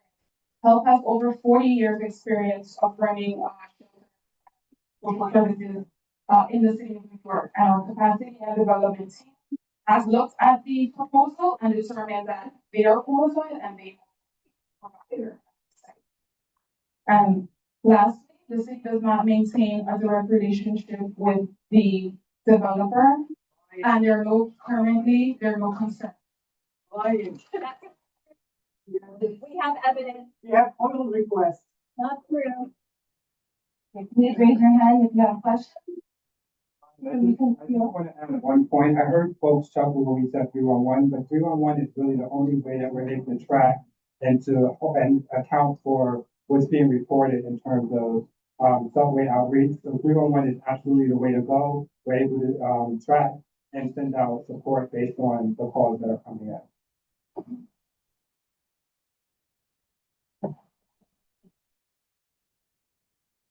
Hi there. So my question for you, DHS, is you talk about how there's a lot of people who need housing. What's the success rate of getting them out of the shelter to better housing? Because you're putting 200 men next to a school, but you can't even put a weed store right next to a school if you didn't know that. But you still managed to put a pre-K or shelter next to a pre-K. So 2 schools. So, by the way, weed stores can be next to schools, but shelters can. 200 men shelter. What's your success rate? How are you going to keep us safe in this neighborhood? Next question. Hi, just on the RFP process, can you clarify whether the request for proposal includes the site or whether the proposal specifies the site? Can you repeat your question? In the RFP process, can you clarify if the request for proposal includes the site location or if the proposal includes the site location? Next question. Hi again. Was wondering how do the residents that live in the area that see so many homeless people that don't have places to go? There's many people that we, how do we know where, they're responsible? How do we know which people are responsible? Meaning, it's hard to identify what shelters they're in, and at what point are people not responsible? The people that are in that shelter, when are they no longer responsible for the people that run the shelter, no longer responsible for people that when they're out of the shelter? So, how does that work? There's a lot of people on the street all the time. I don't know what shelter they're in. There's 12 shelters around. So how am I supposed to know which shelter to call? And also, if you just can please explain, they can define what the fair share policy means to them, their definition. Thank you. Next question. Hi, I'm John. I live on 23rd Street. Community member of that housing committee. Similar to other questions, could we talk a little bit about the information that you collect on people going in and out of the shelter? And is there a way to share with the public whether people are moving to out of the shelter to permanent housing? Are they working a job? Are they getting a job? In other words, are facilities like these helping people doing the things that they aim to do, and can the public get some sort of regular update on that information? Thank you.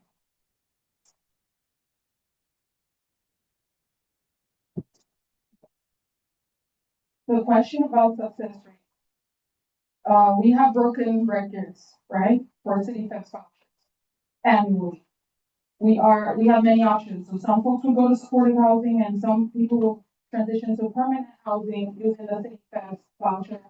And also there's a small part that reunifies with family, with loved ones, right? So there's many different tracks for exit to permanent housing from shelter. The provider has targets, right, will share contracts and they do meet those targets. Help USA is still as far as meeting the move out rates. The question was asked about how does the public find out and moving up? Well, I'm happy to report that in our community advisory board meetings, that is part of the report. We do mention how many folks are employed, although that's not a requirement to be disabled in our shelter system. So being employed is not a requirement to receive shelter or services from the government. But we do report on how many people are employed and our move outs are reported at our quarter community advisory board meeting. So we encourage folks that are interested in partnering with to contact your local elected official and the community board, and DHS will work to set up a cap in support of our clients. There is no site location mentioned in the request for proposal, right? The provider proposes the location to the in our open-ended RF.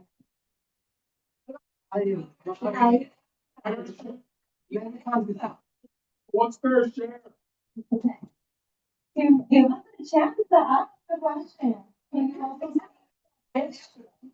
also give a shelter to contact people from the community? So yeah, folks in the community are not wearing a t-shirt that says they're from a particular state, right? There's no identification. They're human beings just like you and I. Someone can be working at a supermarket. There's no marker. Someone can be a t-shirt. It's sad, you know? You don't know a homeless person doesn't have a particular look. If someone is engaging in criminal activity, call 911, right? Call the NYPD. If someone appears to be unhoused, call 311. Apart from you seeing maybe someone entering a shelter or being a close neighbor, which I don't think that will be the case here, there's no way to know if they're a resident at the site. If you do know for a fact that someone is a resident at the site, then it behooves you to call the 24/7 number or get in touch with us always, and there will be an email address and there'll be a phone number to contact to make reports.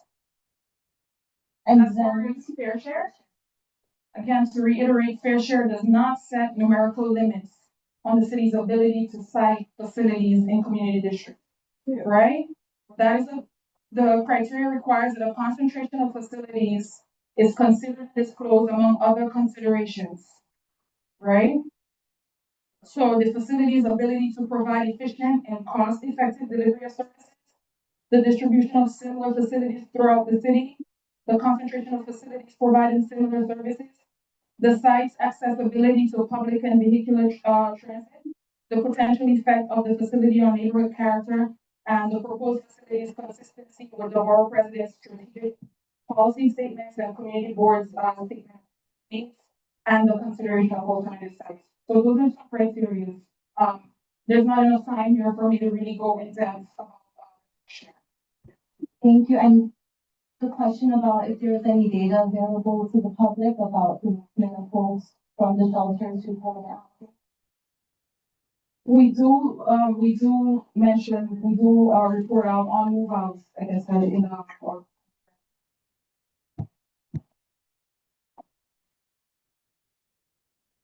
But for FY 24, right, fiscal year 24, we had 18,629 move outs, right? Placements from shelter to permanent housing.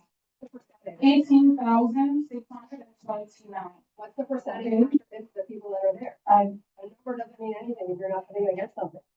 And then for fiscal year 25, 22,965 move outs, right? That's remarkable. We're in a housing crisis, right?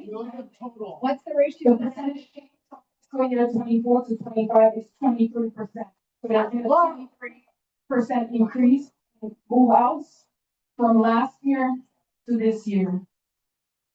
23%. There's a 23% increase, but from this year to last, you have the denominator, so that folks can do the math. No. We would have to follow up with those for that data. Okay, I'm assuming you all have questions. Next question? Hi, my name is Alex. I live on 27th Street. We just heard that they took into consideration the community character. Did anyone talk to us about what the character of our community is?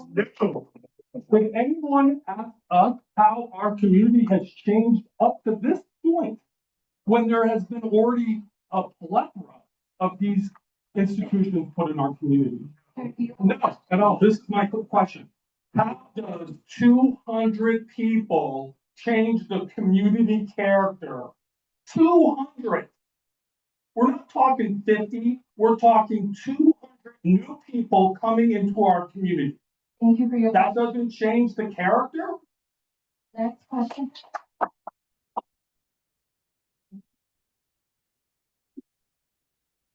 I have a few questions for y'all. So firstly, we're mainly focused on this district. I'm hoping to zoom out to frame this conversation. So you give us the number of unhoused population in New York City to help us understand kind of the overall situation.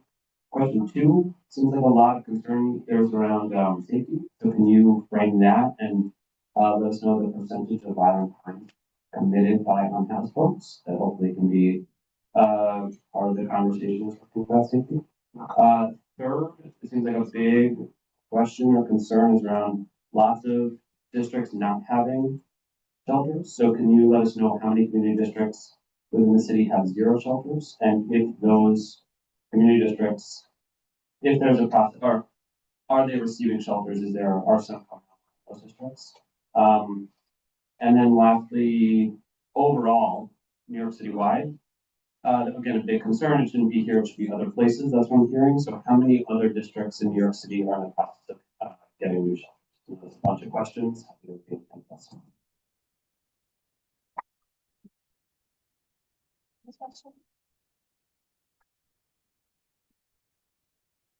Hi, everyone, Melinda. I am a physician in the area and percentage of our practice or residents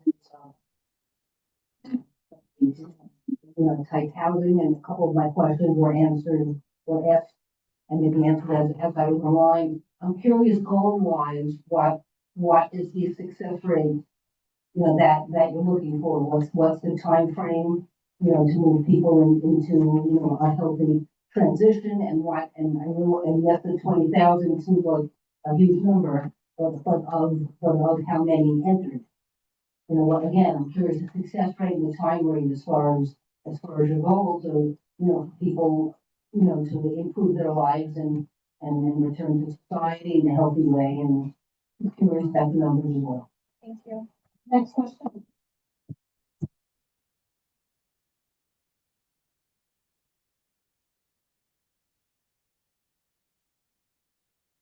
Hi, everyone. I'm John Blasco. I am the Deputy Chief of Staff to Congressmember Dan Goldman. I just have 2 questions. The first one, the Congressman sent a letter to DHS and the first Deputy Mayor on August 4th, sharing concerns about this site. Would like to know the status of the response of that letter. And the second question is, I know we're talking about CABs, but for the other shelters in this district, we have not seen a CAB meeting since taking office. So what is the status of the arrangement? All right, I have one question from the district manager.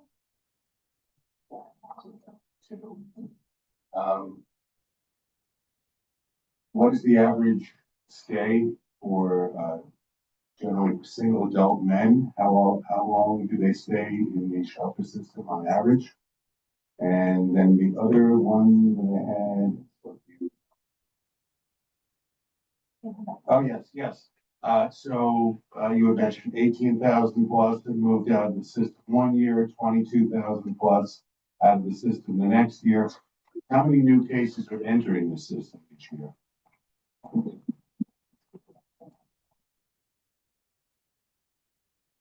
Sorry, let's give them an opportunity in fact.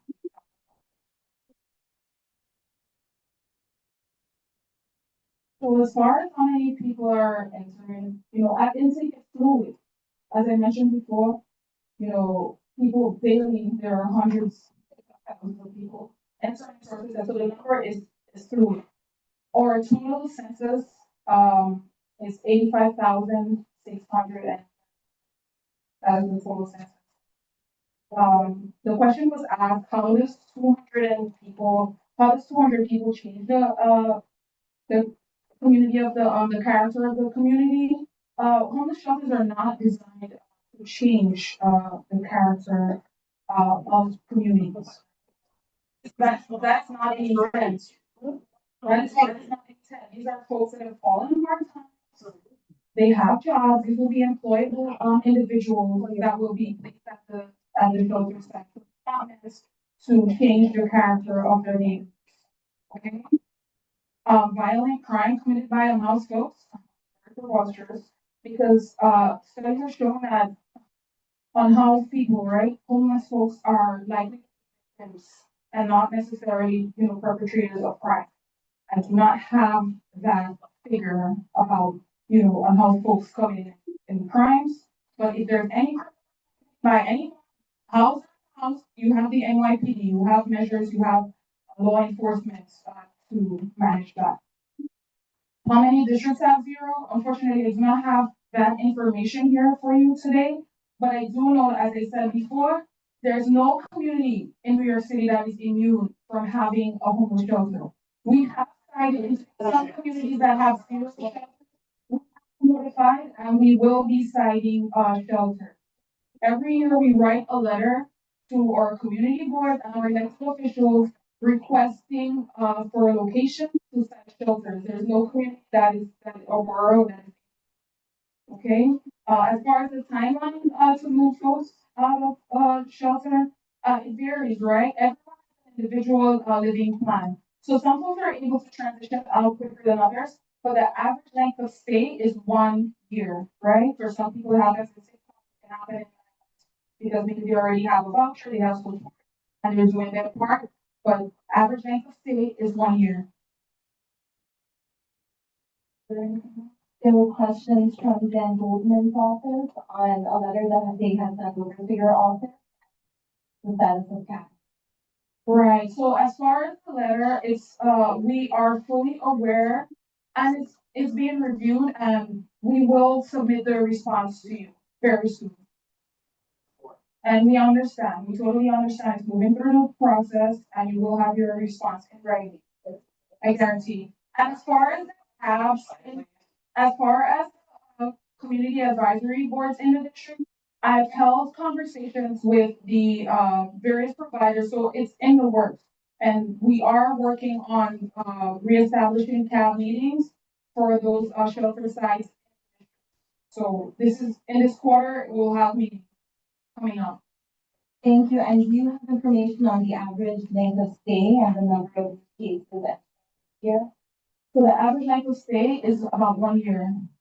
And as far as the numbers is very fluid, right? There's thousands of folks just, entering our system at intake. Thank you.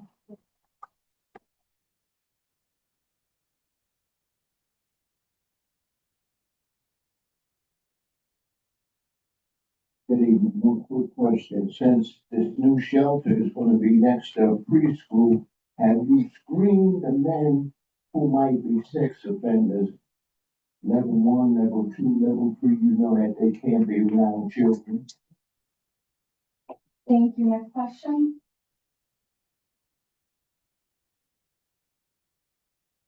Hi, my name is Krista. This community has been begging CSS to communicate with us for 1.5 years now. So what I would like to know is why you're waiting for this CAB until after it opens. We have been begging for you to talk to us, and if you had, you would have heard us tell you that our community is oversaturated.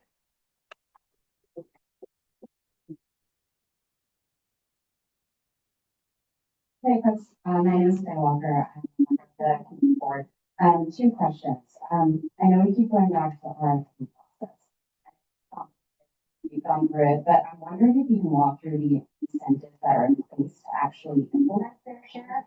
Is there any sort of quantifiable points that ensure that to the neighborhoods that don't have any shelters, how do you actually make sure that's the case and it's not just someone applies to the city over and over again and meet baseline criteria if they're not?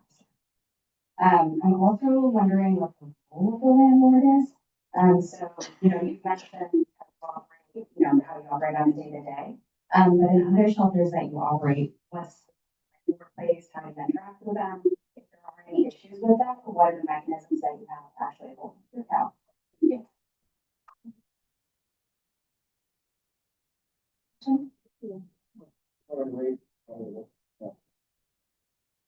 Sorry. Um, the cab conversation.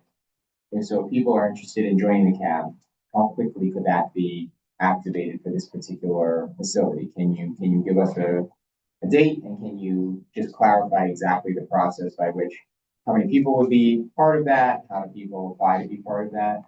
And then my second question, I believe people when they say there are negative aspects to shelters, I believe, you know, that they're speaking from personal experience.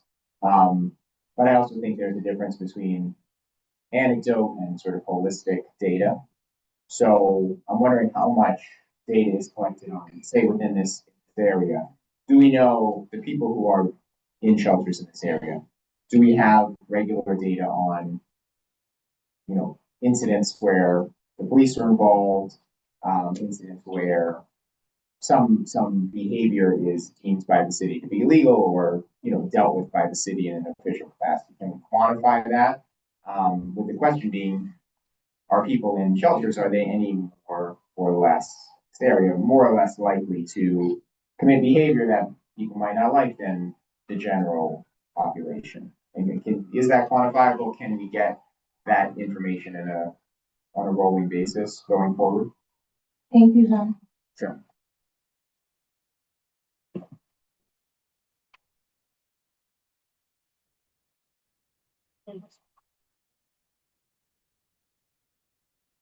I hear you about the point of preschool and schools being of the transitional housing facility.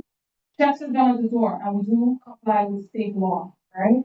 So anyone that is not approved to be at that site, a level 3 person will not be at that location, right? So we do checks at the door and we do comply with the law as far as placement. Activating the cab, we'll have to have discussions and we will follow up with the community board and the elected. I hear you that, you know, the purpose of the cab is to report and move out, report on activities at the site, and the men are not there yet. Also, the provider and, you know, staff, we have to staff, the provider has to staff up. There's a lot that goes into, you know, getting the site up and running, you know, operations.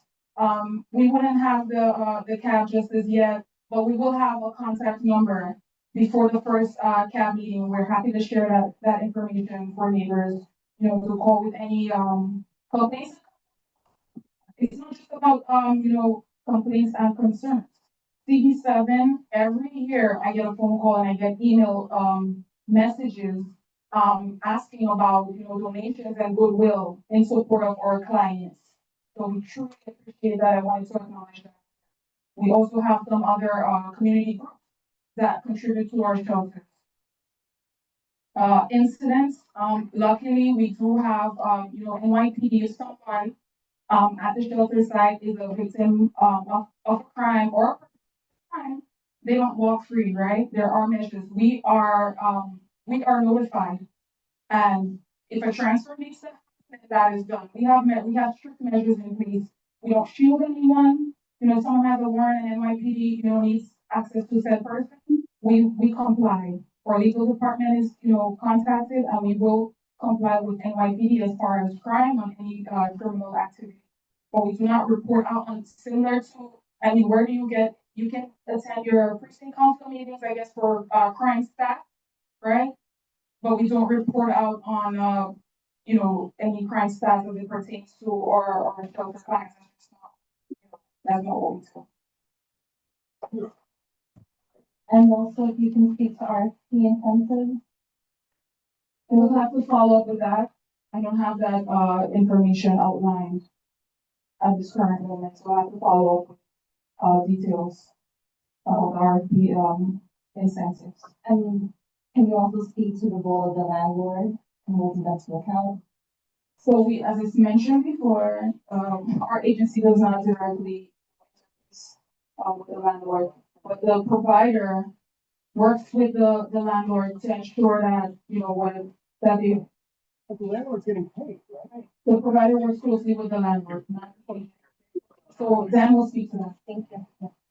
Yeah, real Typically how the deal is, again, we don't have a deal yet with the city or the landlord, is that, the contract is with us and we have a lease. And we have a lease with the owner, the private owner. The dollars that the private owner uses to renovate or build the building is their own dollars, the public dollars. And then the rent, we're a pass-through for the rent. So we pay the rent every month, and then maybe we pay utilities, or the landlord pays utilities. Each deal is independent of itself. We, as a provider, I'll tell you, we prefer to have that leverage tool. So if something is going wrong with the building and the landlord's not responding, then we have a point of leverage, which is dollars, paying the rent or not paying the rent or holding it for a time to make sure that they do what they need to do, which has worked for us in the past and others. Thank you. Next question.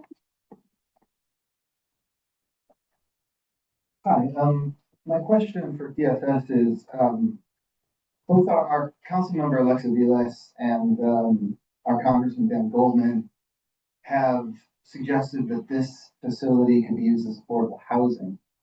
So with our community so oversaturated with shelters, what has DFS done in the last, well, let's say year and a half since we've been reaching out to you to advocate for affordable housing in our area, in our community?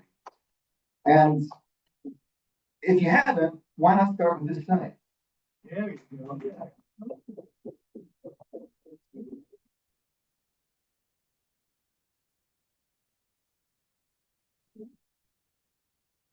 So for the public funding, thank you. So for the public funding that goes to Help USA, to pay the landlord, so you're, like you say, a pass-through, so, the landlord is getting public funding in a roundabout way. Is that, where can we find that information on currently, like on a monthly basis, that we know how our tax dollars are being used in the operation of the shelter, A. And also I want to know if it's policy of the city or of the, operator to have all their staff wearing a uniform that the community can identify as an employee of the organization. So whatever their behavior is while they're on duty in the vicinity or, in and out, that the community is aware, because you cannot be there all the time. The community is happy to be eyes and ears and help you, keep an eye on things, because it's relative to their safety and, their ability to have a good quality of life. So how do we, is that possible? Because all the organizations that have a role as offering safety, offering wear uniforms, and that would, I think, would go a long way to give the community, whether it's this side or any side, what I'm saying, to feel like they have a, they're being informed, they're part of this process. Thank you. Next question. Hi, Jeremy Goblin. I'm on the housing team, and on the community board. I was wondering actually if the developer was asked to come tonight at all, because I think a large piece of this conversation and actually why this was cited here was because of the developer. And this developer has a known history of terrible landlord. one of the things that I wanted to ask though was that I've heard and seen about his record that he does a poor job of maintaining the sites. How do we hold this developer accountable for the maintenance? And apparently also one of his business schemes with he's notorious, he's done a lot of business. Like apparently almost a third of the shelters are owned by him. But part of his scheme as well is that he requires that he has the maintenance team. And so we are paying for the maintenance. So I'm curious if this site as well will be run by his maintenance team. So he collects rent and then also has a team for maintenance, which seems to be a terrible deal because his buildings have had tons of violations, rats, mice, all sorts of stuff. So I think the focus needs to go back to this landlord as well, because there's a lot of things that are a problem with this landlord. So I'm curious if you're about that. Next question. I thought that, I was wondering if somebody from the precinct is supposed to be here today about the situation. How he's preparing for an extra 200 people in a very small area. If they are making any preparations for that, maybe they could clarify some of the information about whether plan goes back. There's a other responses the same. That's nothing down to the sky. We don't have anyone from the precinct here to speak up. Right, could you invite them and what I heard if we're not invited.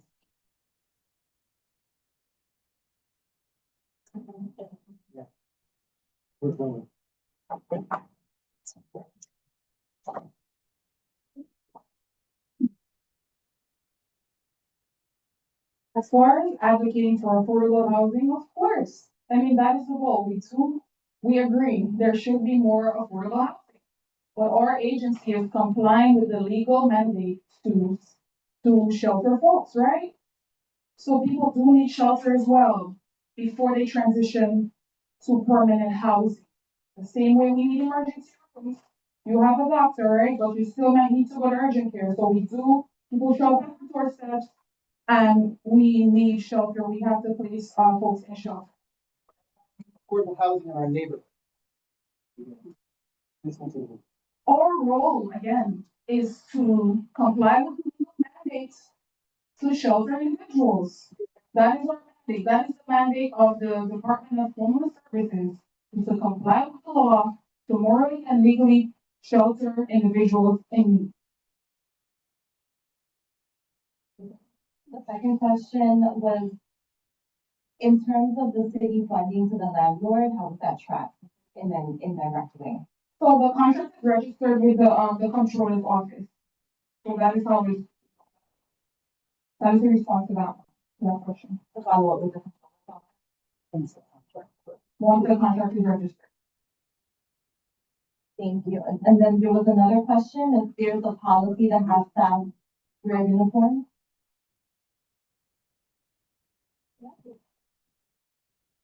The answer is yes, we do have our staff, wear uniforms, not social service staff, but maintenance staff and security staff and residential aides. So yes, we do have, uniforms for them. It's part of our budget negotiations, so the city agrees to that, then we're able to do it. If you want to touch on issues with the landlord, like I mentioned, the leverage point that we have and that we use with other landlords, is the rent, and it often works. So our buildings, the handful of buildings that we occupy that are privately owned, that is that point of leverage, and it has worked, it continues to work. And if I could speak freely, we have a building we just opened a month ago with the same owner, and we've used that, and they've been responsive. Now, the maintenance team, are ours, they're not the owner. And the gentleman said that you were right, that was a business model. We don't incorporate that business model any longer. So all of the maintenances help USA staff. We had that just at 2 other sites, and we sunsetted that, I think, earlier this year, really in compliance with the city mandate. In 1 month, you already moved to the I'm sorry? The shelter opened 1 month ago and you've already. No, we haven't had to. Yeah, no, we have not had to in the middle of the 5 weeks, 6 weeks. Any other questions from folks? Okay, and on the line, does anyone have questions? I think I see one. No, that was an earlier. Yep. In fact, it was just about the sound quality. Okay. Okay, does anyone have any questions for the council member's office? We do have a rep here that can take questions.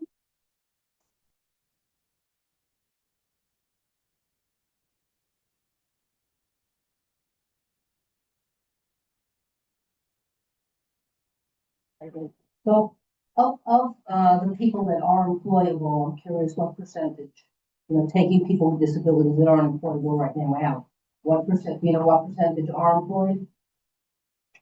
In other words, so you get the shelter, they reside there, but reside there. And you love to go to work and come back and reside there.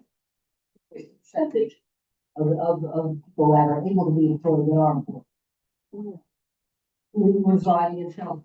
I thought I heard you say before that many people work. I can speak to Health USA. Okay. So the question would be more. Sure, so far, our shelter. Can you speak to the mic?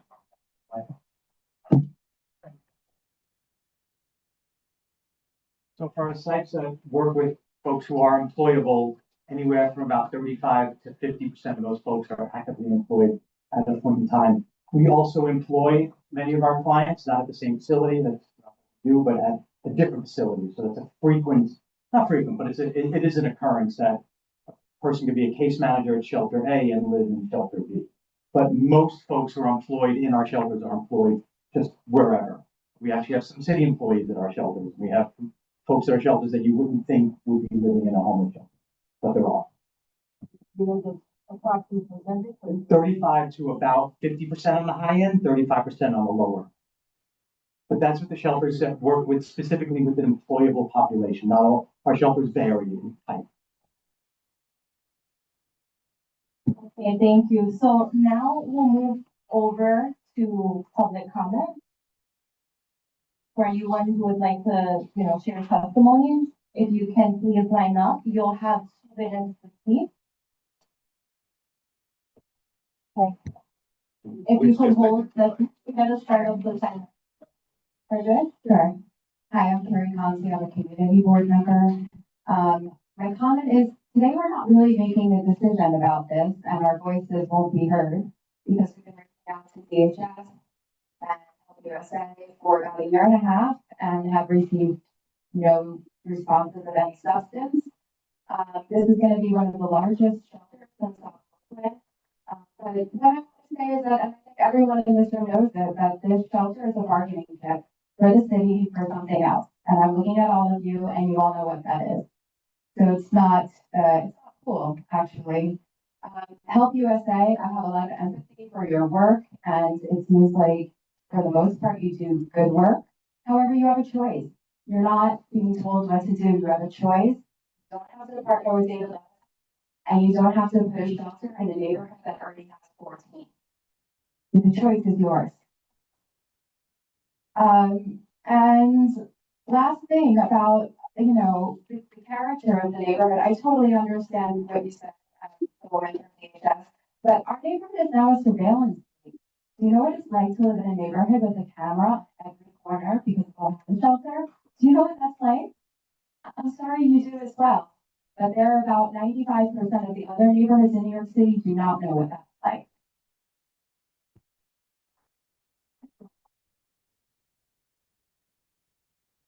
Thank you. So again, my name is John Blasco. I'm Deputy Chief of Staff to Congressmember Dan Coleman.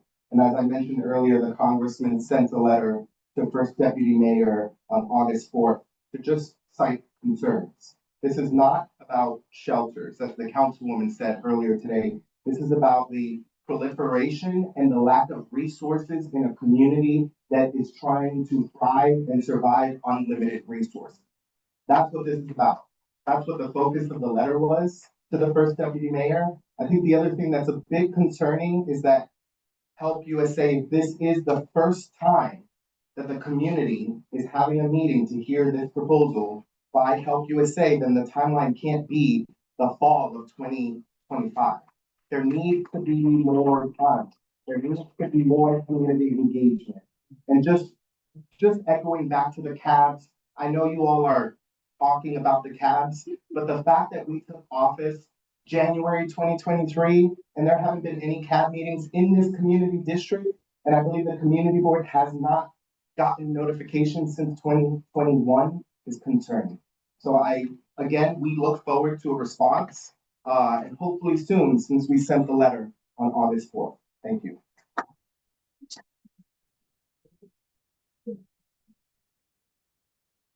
Thank you. I totally agree with council member saying that this community has been welcome. And this community bear a big shoulder, like taking the people in need. And this city spent last 10 years, I was looking to the numbers, spent $24.7 billion on homelessness. And then with that money, they could have built 100,000 units to end homelessness. But instead, what's happening is that people like Mr. Gonzalez, who's a strategic, your position is strategy, right? Strategically decides to give very, very lucrative contracts to slumlords and hotel developers. This city could have been built an extremely robust homeless support system, a public system. But instead, we are tying social insecurities to a scheme that is corrupt. And it is done by your agency. And we reject that. We reject corruption. Of course, we support people in need. I personally talked to many the people who reside in those shelters. They said, look, more than 2 people in 1 room does not work. And research shows that actually those warehouse style shelters are not safe for those people. And what do you do again and again? A landlord comes, buys a building, and quickly dictates you what to do. And what you say, you roll over. And we say, with thousands of people had signatures. We have congressmen, we have council members sending you letters. You have to listen to people. This is democracy. This is not dictatorship, although Mayor Adams want to do that.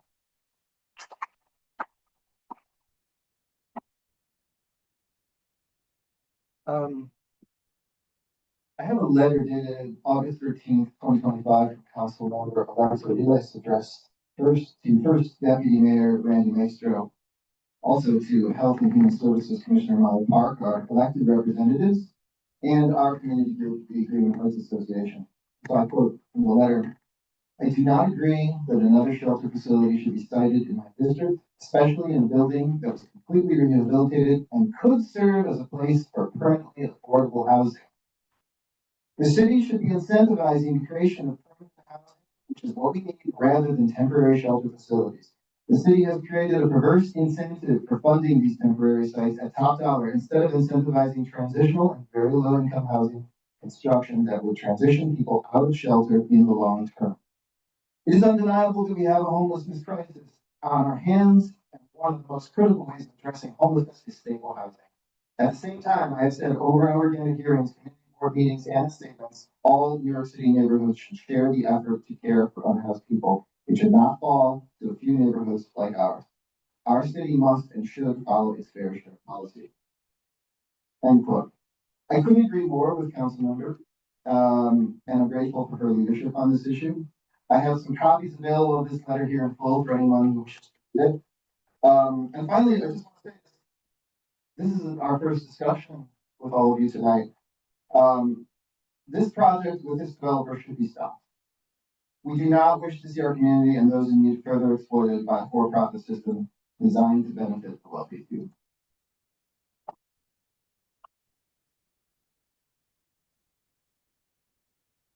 Hi. My husband and I have lived on 23rd Street for about 14 years now. Greener Heights, Sunset Park, has been a compassionate partner in our city's efforts to address homelessness, as evidenced by the over a dozen shelters already operating within a mile stretch.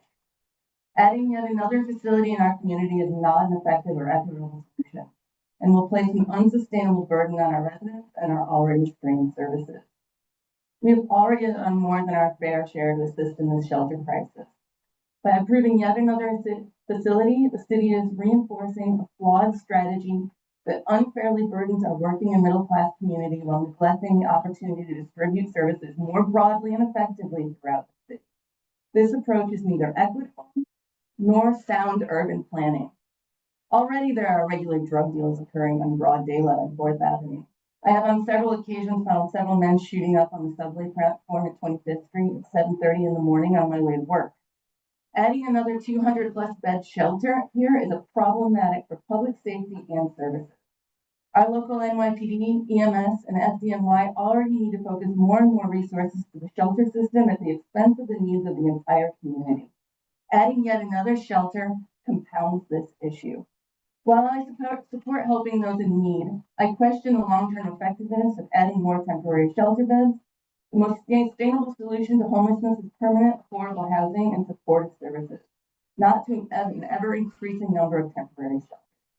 By dedicating resources to another shelter, the city is doubling down on a temporary fix and is failing to invest in proven long-term solutions that end the cycle of homelessness. DSS and the city administration has been gaslighting us for over a year, pretending that this 25th Street shelter has not been approved. Enough is enough. The community demands an immediate moratorium on new shelters in this oversaturated area like ours. It's time for the city to invest and focus on permanent, affordable housing solutions.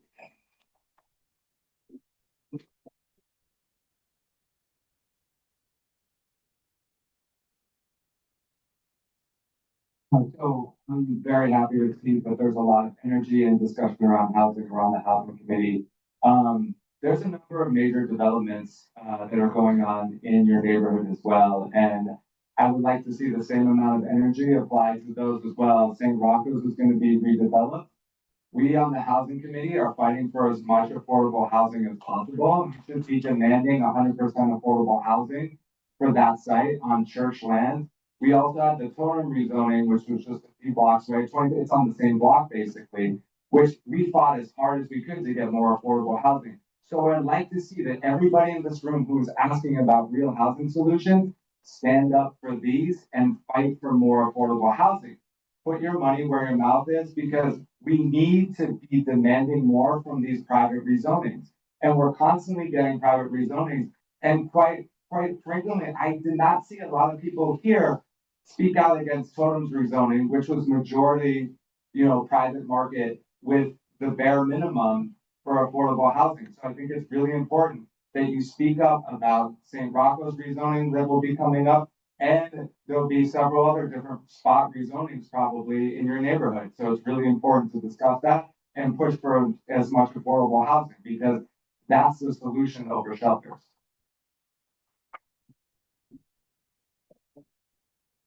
Anyone else would like to speak for public comment? Please line up against the wall. You got it. Hello again, everyone. I just want to thank everyone for coming out tonight.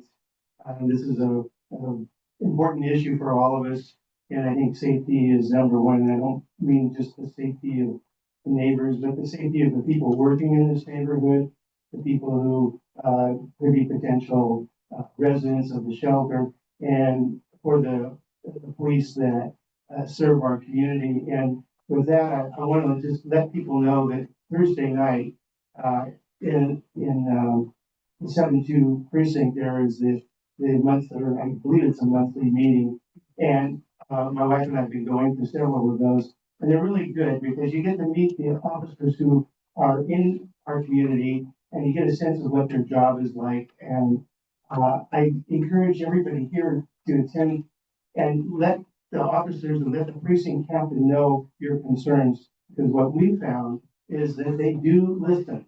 They have a difficult job. They can't be everywhere at every moment, but I've seen an improvement in our area because I've asked for it. And if I've learned anything from my mother, she said, if you want something, ask for it, you're more likely to get it. So please show up at the precinct 72 precinct Monday morning.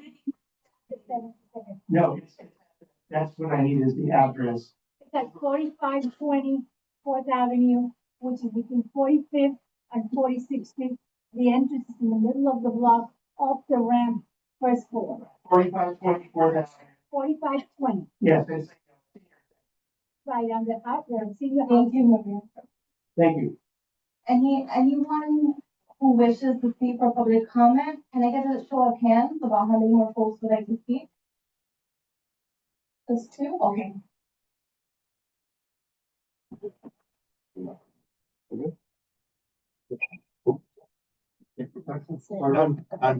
Go ahead. So I wrote something down. I'm gonna read what I wrote and then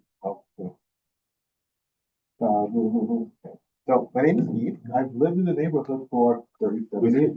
Sorry, for 37 years, right? I'm raising two kids. One is 4 years old. He's gonna be 4 years old, and the other one is 9 months. He actually goes to the pre-K center that's right next door to the site, right? So, you know, I believe our neighborhood is actually doing their part. Like, you look at the numbers.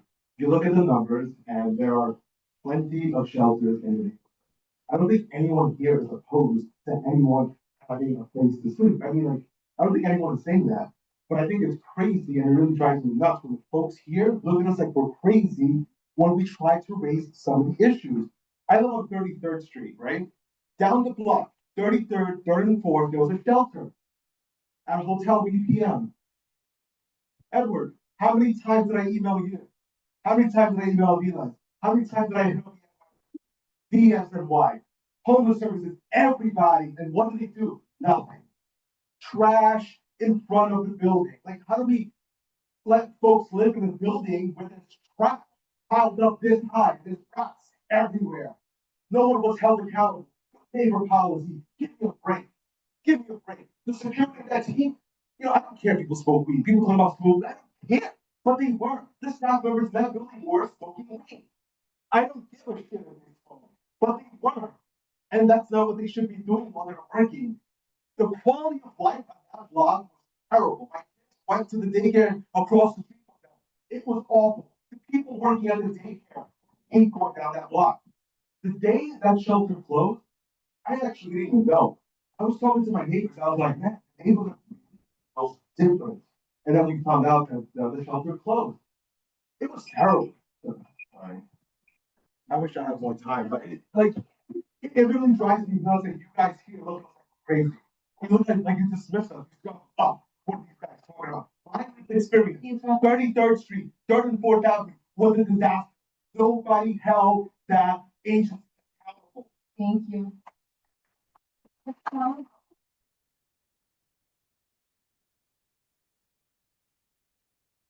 Provide the emails and the receipts to their CEO, FTY, FTY. Thank you.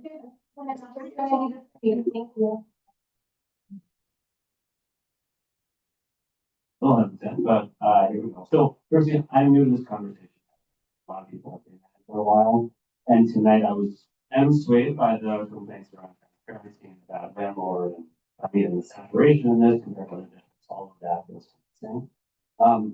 I'm also by trade a social worker, and social worker the baseline is to take the mean person. And tonight's conversation made me sad. And it made me sad because I heard plenty of legitimate concerns, and I also heard a lot of kind of undignified or talking about on house folks as a burden, which is a term I really want to investigate. I've heard a lot of safety concerns that I was hoping you'd have data on. That question sort of leading me, but I don't think it's borne out in the data. I don't think house populations are a significant safety risk to our community. And as Jeremy was pointing out, there are plenty of ways. Affordable housing is a concern. There are plenty of ways to fight for more affordable housing. It's a crucial concern. I don't think this, if that is the reason you're fighting, or I ask that you investigate the reason you're fighting this. And if it is because you don't want to be around the house folks, I have to be critically examine that and consider how that engages. So With that said, thank you all for your, thank you for, Final comments from folks? Anyone online? Okay, to Jeremy's point about affordable housing, I do also want to mention that there is a mega complex being developed not too far on 60th Street and 8th Avenue. That's 28 stories, almost 500 units, zero affordability. So again, these are conversations that really needs to happen and hopefully the passion that you share here tonight can transcend. Want to thank everyone for being here tonight. Hopefully, with the flow, everything, you all had your questions answered. And really want to take, the opportunity to thank you. I know this was very contentious and really appreciate you taking the time to answer these coming to the community and answering. So respectfully, thank you. And thank you, everyone.